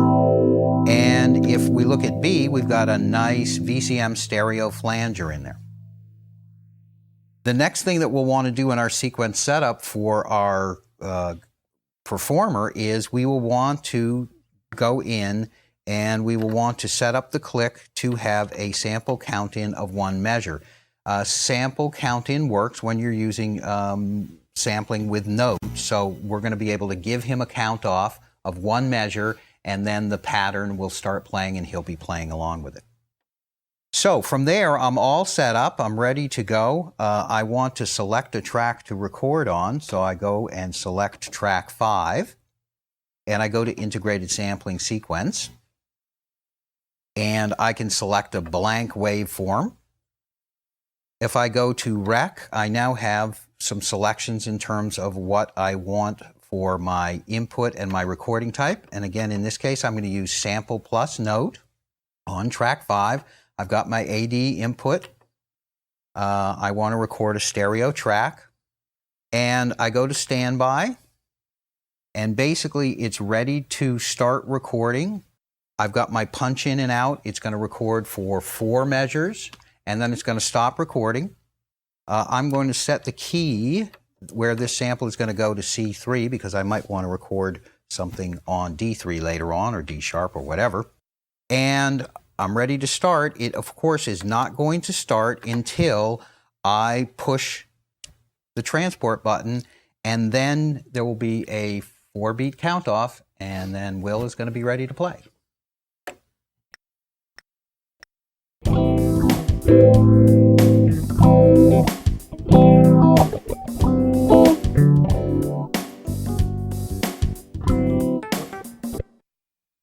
Okay, I fooled Will, and I set him up to play on section B, which actually goes to a G major 7th. So let's try that one more time. This is the one with the G major 7th. Is that okay? Yep. So all I have to do to back out of that is hit exit. He's all ready to do another take. I actually did that intentionally to let you see how easy it was to redo a take. Just push exit. It gets rid of the sample that was there, and we're ready to do it again on section B.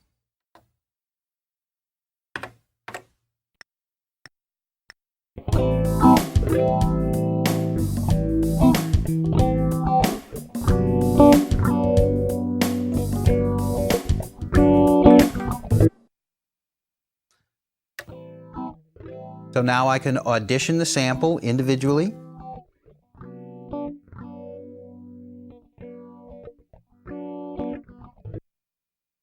And that sounds fine. I'm going to enter to fix that.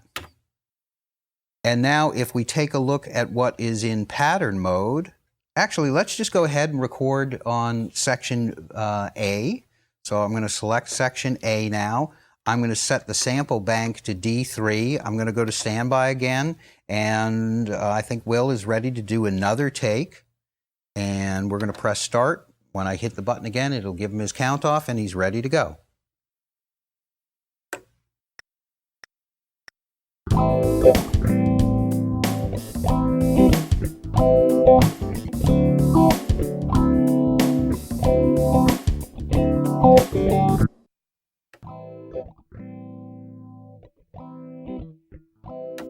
I enter to fix that. It's all set up. And now if I go back to my pattern, I have just recorded these in here.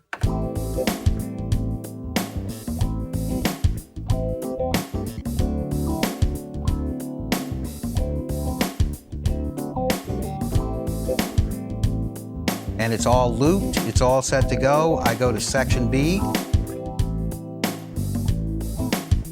And I've done another track. Now, one of the interesting things about this is I could actually go in and I could record multiple takes on different MIDI notes, and then I could use the MIDI notes to determine which of those takes that I wanted to do. So that, again, this is the power of using MIDI. So I could actually have different takes. For example, I could have a take on C3, on B2, on B flat 2, and then I could just go in and replace that MIDI note and select from different virtual takes. I could have literally 128 different virtual takes.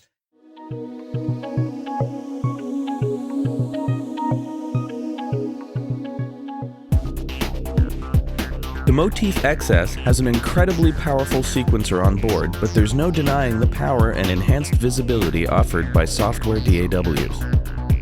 Steinberg's Cubase AI comes in the box with your Motif XS, so don't pass up the chance to tap into this additional recording medium, whether you work on a Mac or on a PC.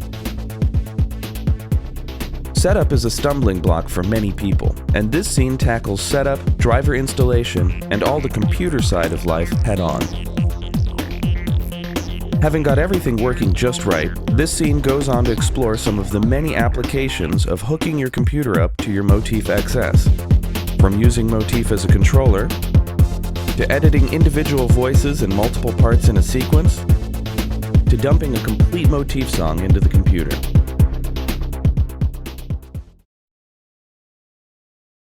Let's take a very quick look at Cubase AI.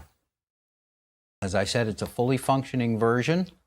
I can go over here and open a project. I'm going to go to one of my recent projects, which is the demo song that comes inside of Cubase AI.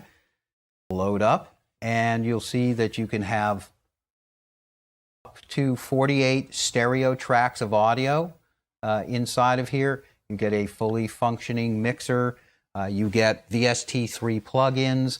It's a complete version.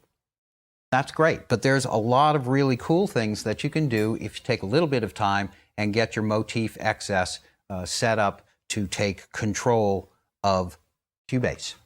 I have installed the USB MIDI driver. I'm connected up by a USB, and I can go in and go to Device Setup. I can see here that this is my USB MIDI driver. I also have the AMLAN Cubase AI driver installed here. Cubase AI driver allows you to connect via FireWire, but in this case, I'm connecting via USB. And I'm going to actually go in here and add something else. I'm going to add Motif XS as a remote control device. So you see on the list of remote devices, which you can add by clicking on the plus, you can now get the Motif XS set up as a remote control. And if I click OK, that's great. And what that allows me to do is go over here, press the remote button, and now in the display, I see all of the tracks that are inside of Cubase. And when I move the faders, over here, I have complete control over my fader controls here. I also have control over panning. And now, of course, with 8 knobs and 8 faders by hitting the bank button, now I'm over on the next group of 8. It's very quick to move around and get where you want by using the bank buttons. We've completely reorganized the remote functionality, so it is really, really, really easy to get around on this. One of the other things you'll notice is I can switch windows here by selecting whether I want to see my project screen or not. So, remote control, very easy to use. I have a page list here. I can go through and I can see all of the parameters that are controllable, and I can select them using the selected part and multi-part control. So as I select and go down through the different pages, these functions are now available to me. So I can actually go in and start editing the EQs right away by pushing the EQ button. Now these knobs are going to control EQ. If I want to see a detailed list, I hit page list again, and that calls up and displays the actual parameters right in the screen for different things that can be controlled. So I've now just turned on the EQ on the string part. I've set the Q to 3.6. I've set the overall frequency. I can set the gain, and all of those things are available to me. If I go over and select my project window and mixer and call that up, I can also see the details of those things by looking at the display for each individual track. And so now I'm able to edit those things and see them graphically in 2 places, one on the screen over here on my computer and the other in the display of my Motif XS. What else can I do with the Motif XS and Cubase software. Let me go over here to song mode, turn off remote. Again, when you're in remote mode, you're controlling remotely the Cubase software, so none of the buttons will work that are not related to Mackie control protocol. So I have to turn off remote, and then I can change my different modes on the Motif XS itself. I go over here to song mode, and I'm going to show you what you can do with Studio Manager. So, Cubase AI is Studio Manager compatible. I can go over and I can open Studio Manager. And when I first open it up, I'm going to have to do a little bit of setup, which is I have to go and select the devices that I want in my workspace. I want to add the Motif XS to my workspace.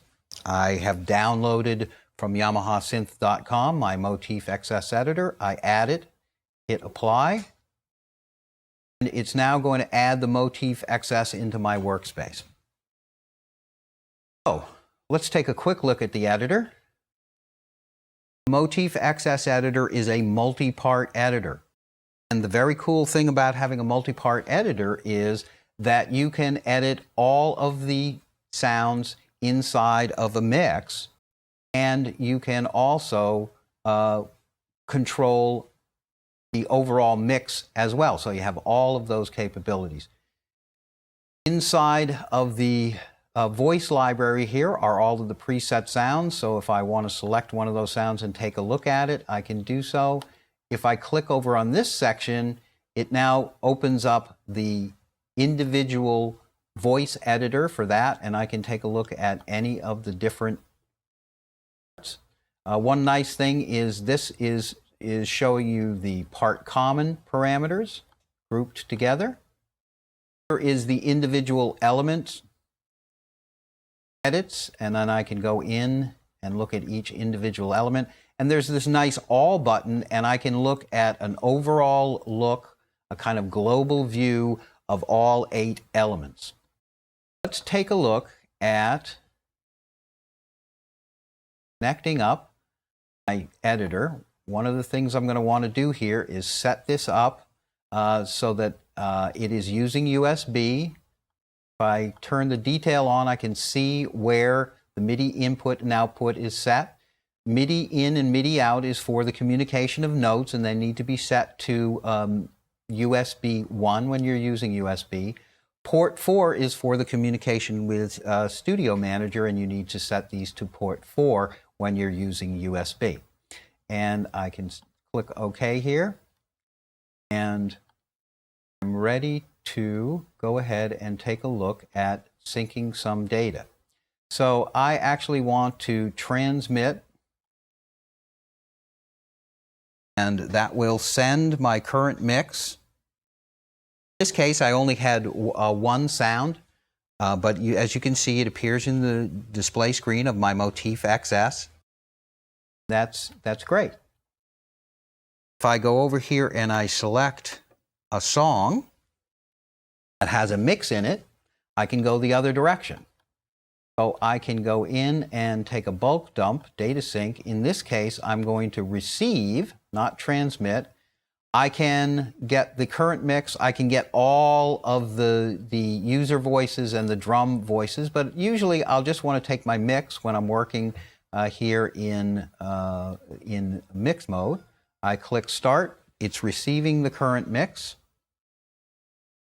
And now I've got that complete setup that is over here, and it's now stored inside of Cubase software. So I have completely blank Cubase AI slate here. I'm going to go in and I'm going to go to import, and you'll notice that there is something inside of Cubase AI that says import Motif XS song.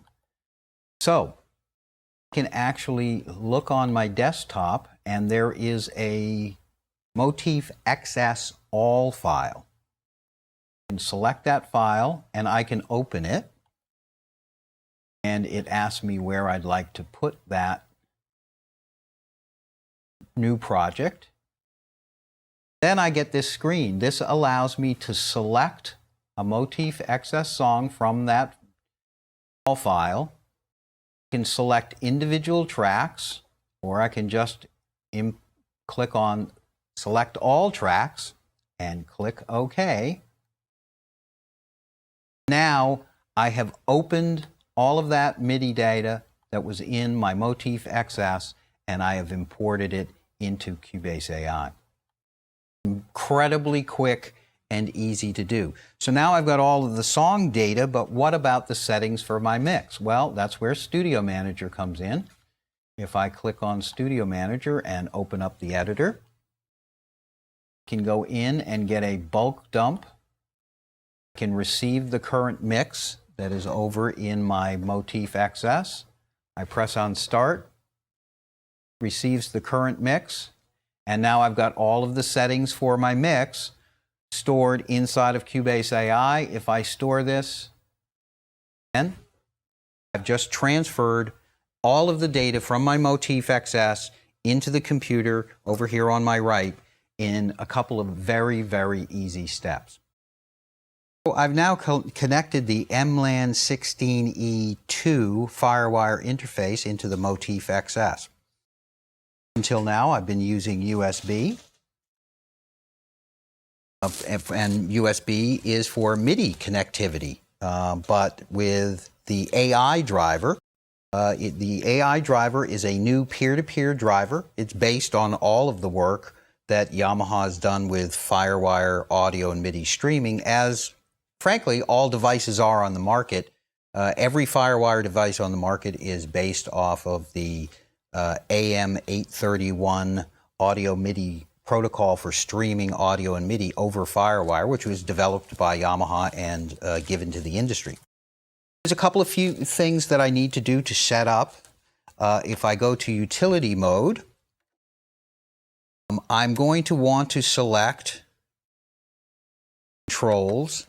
It comes by default set to Cubase, which is fine, but you can also use Logic, Sonar, and Digital Performer. So if you're using Logic, you would simply select this as your remote setting, Sonar, and store that by hitting the Store button for your utility settings. But in this case, we're going to use Cubase.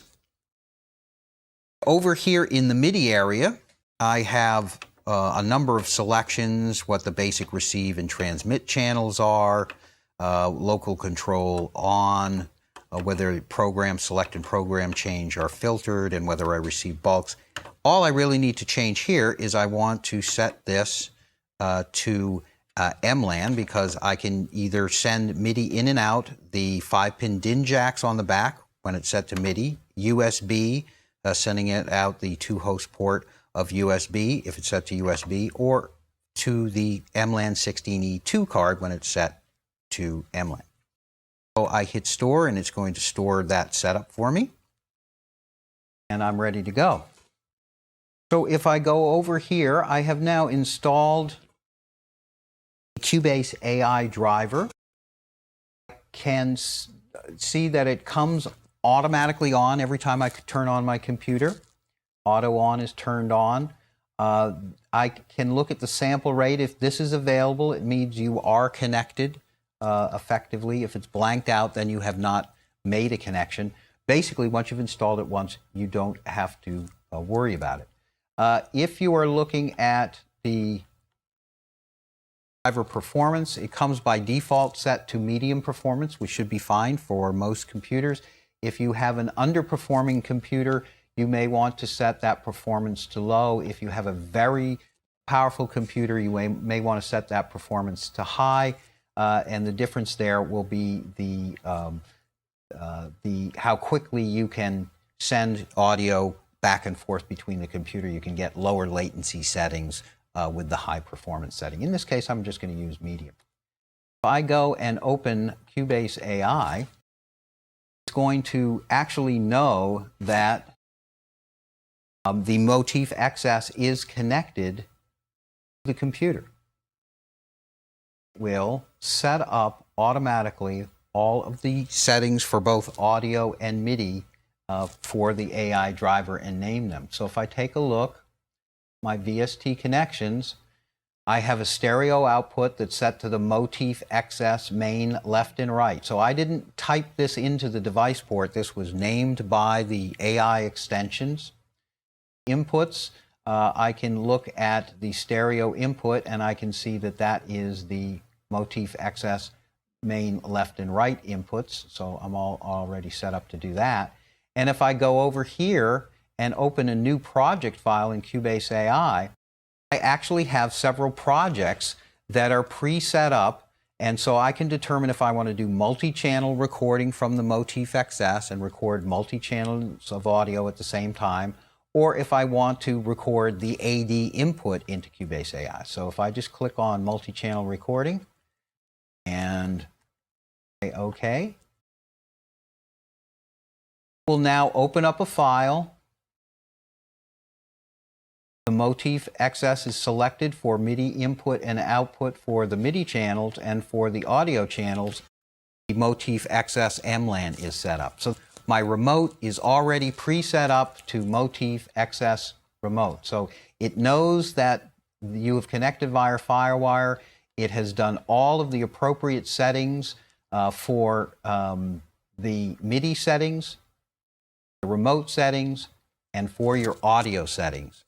As you can see, I'm ready to record MIDI. MIDI is coming in on the screen, and I'm also ready to record audio. I have to go into my mix setup, and if I want to record individual channels, I need to go to that channel, select output, and then I can select the left-right output, which will be everything, but I can also select individual MLAN channels. Most MIDI tracks you will want to record in stereo, and I can set this up to record up to 16 tracks. So I can set these all up, and then I can record all of those tracks simultaneously into Motif XS. We're going to be doing more videos on how to work with Cubase AI. But the important thing that I wanted to get over in this particular video is how easy it is to do setup. In fact, I was planning on doing a step-by-step of how to connect the Motif XS to the AI driver, but there are no steps. You simply plug it in, all of the work is done for you, and you're ready to record.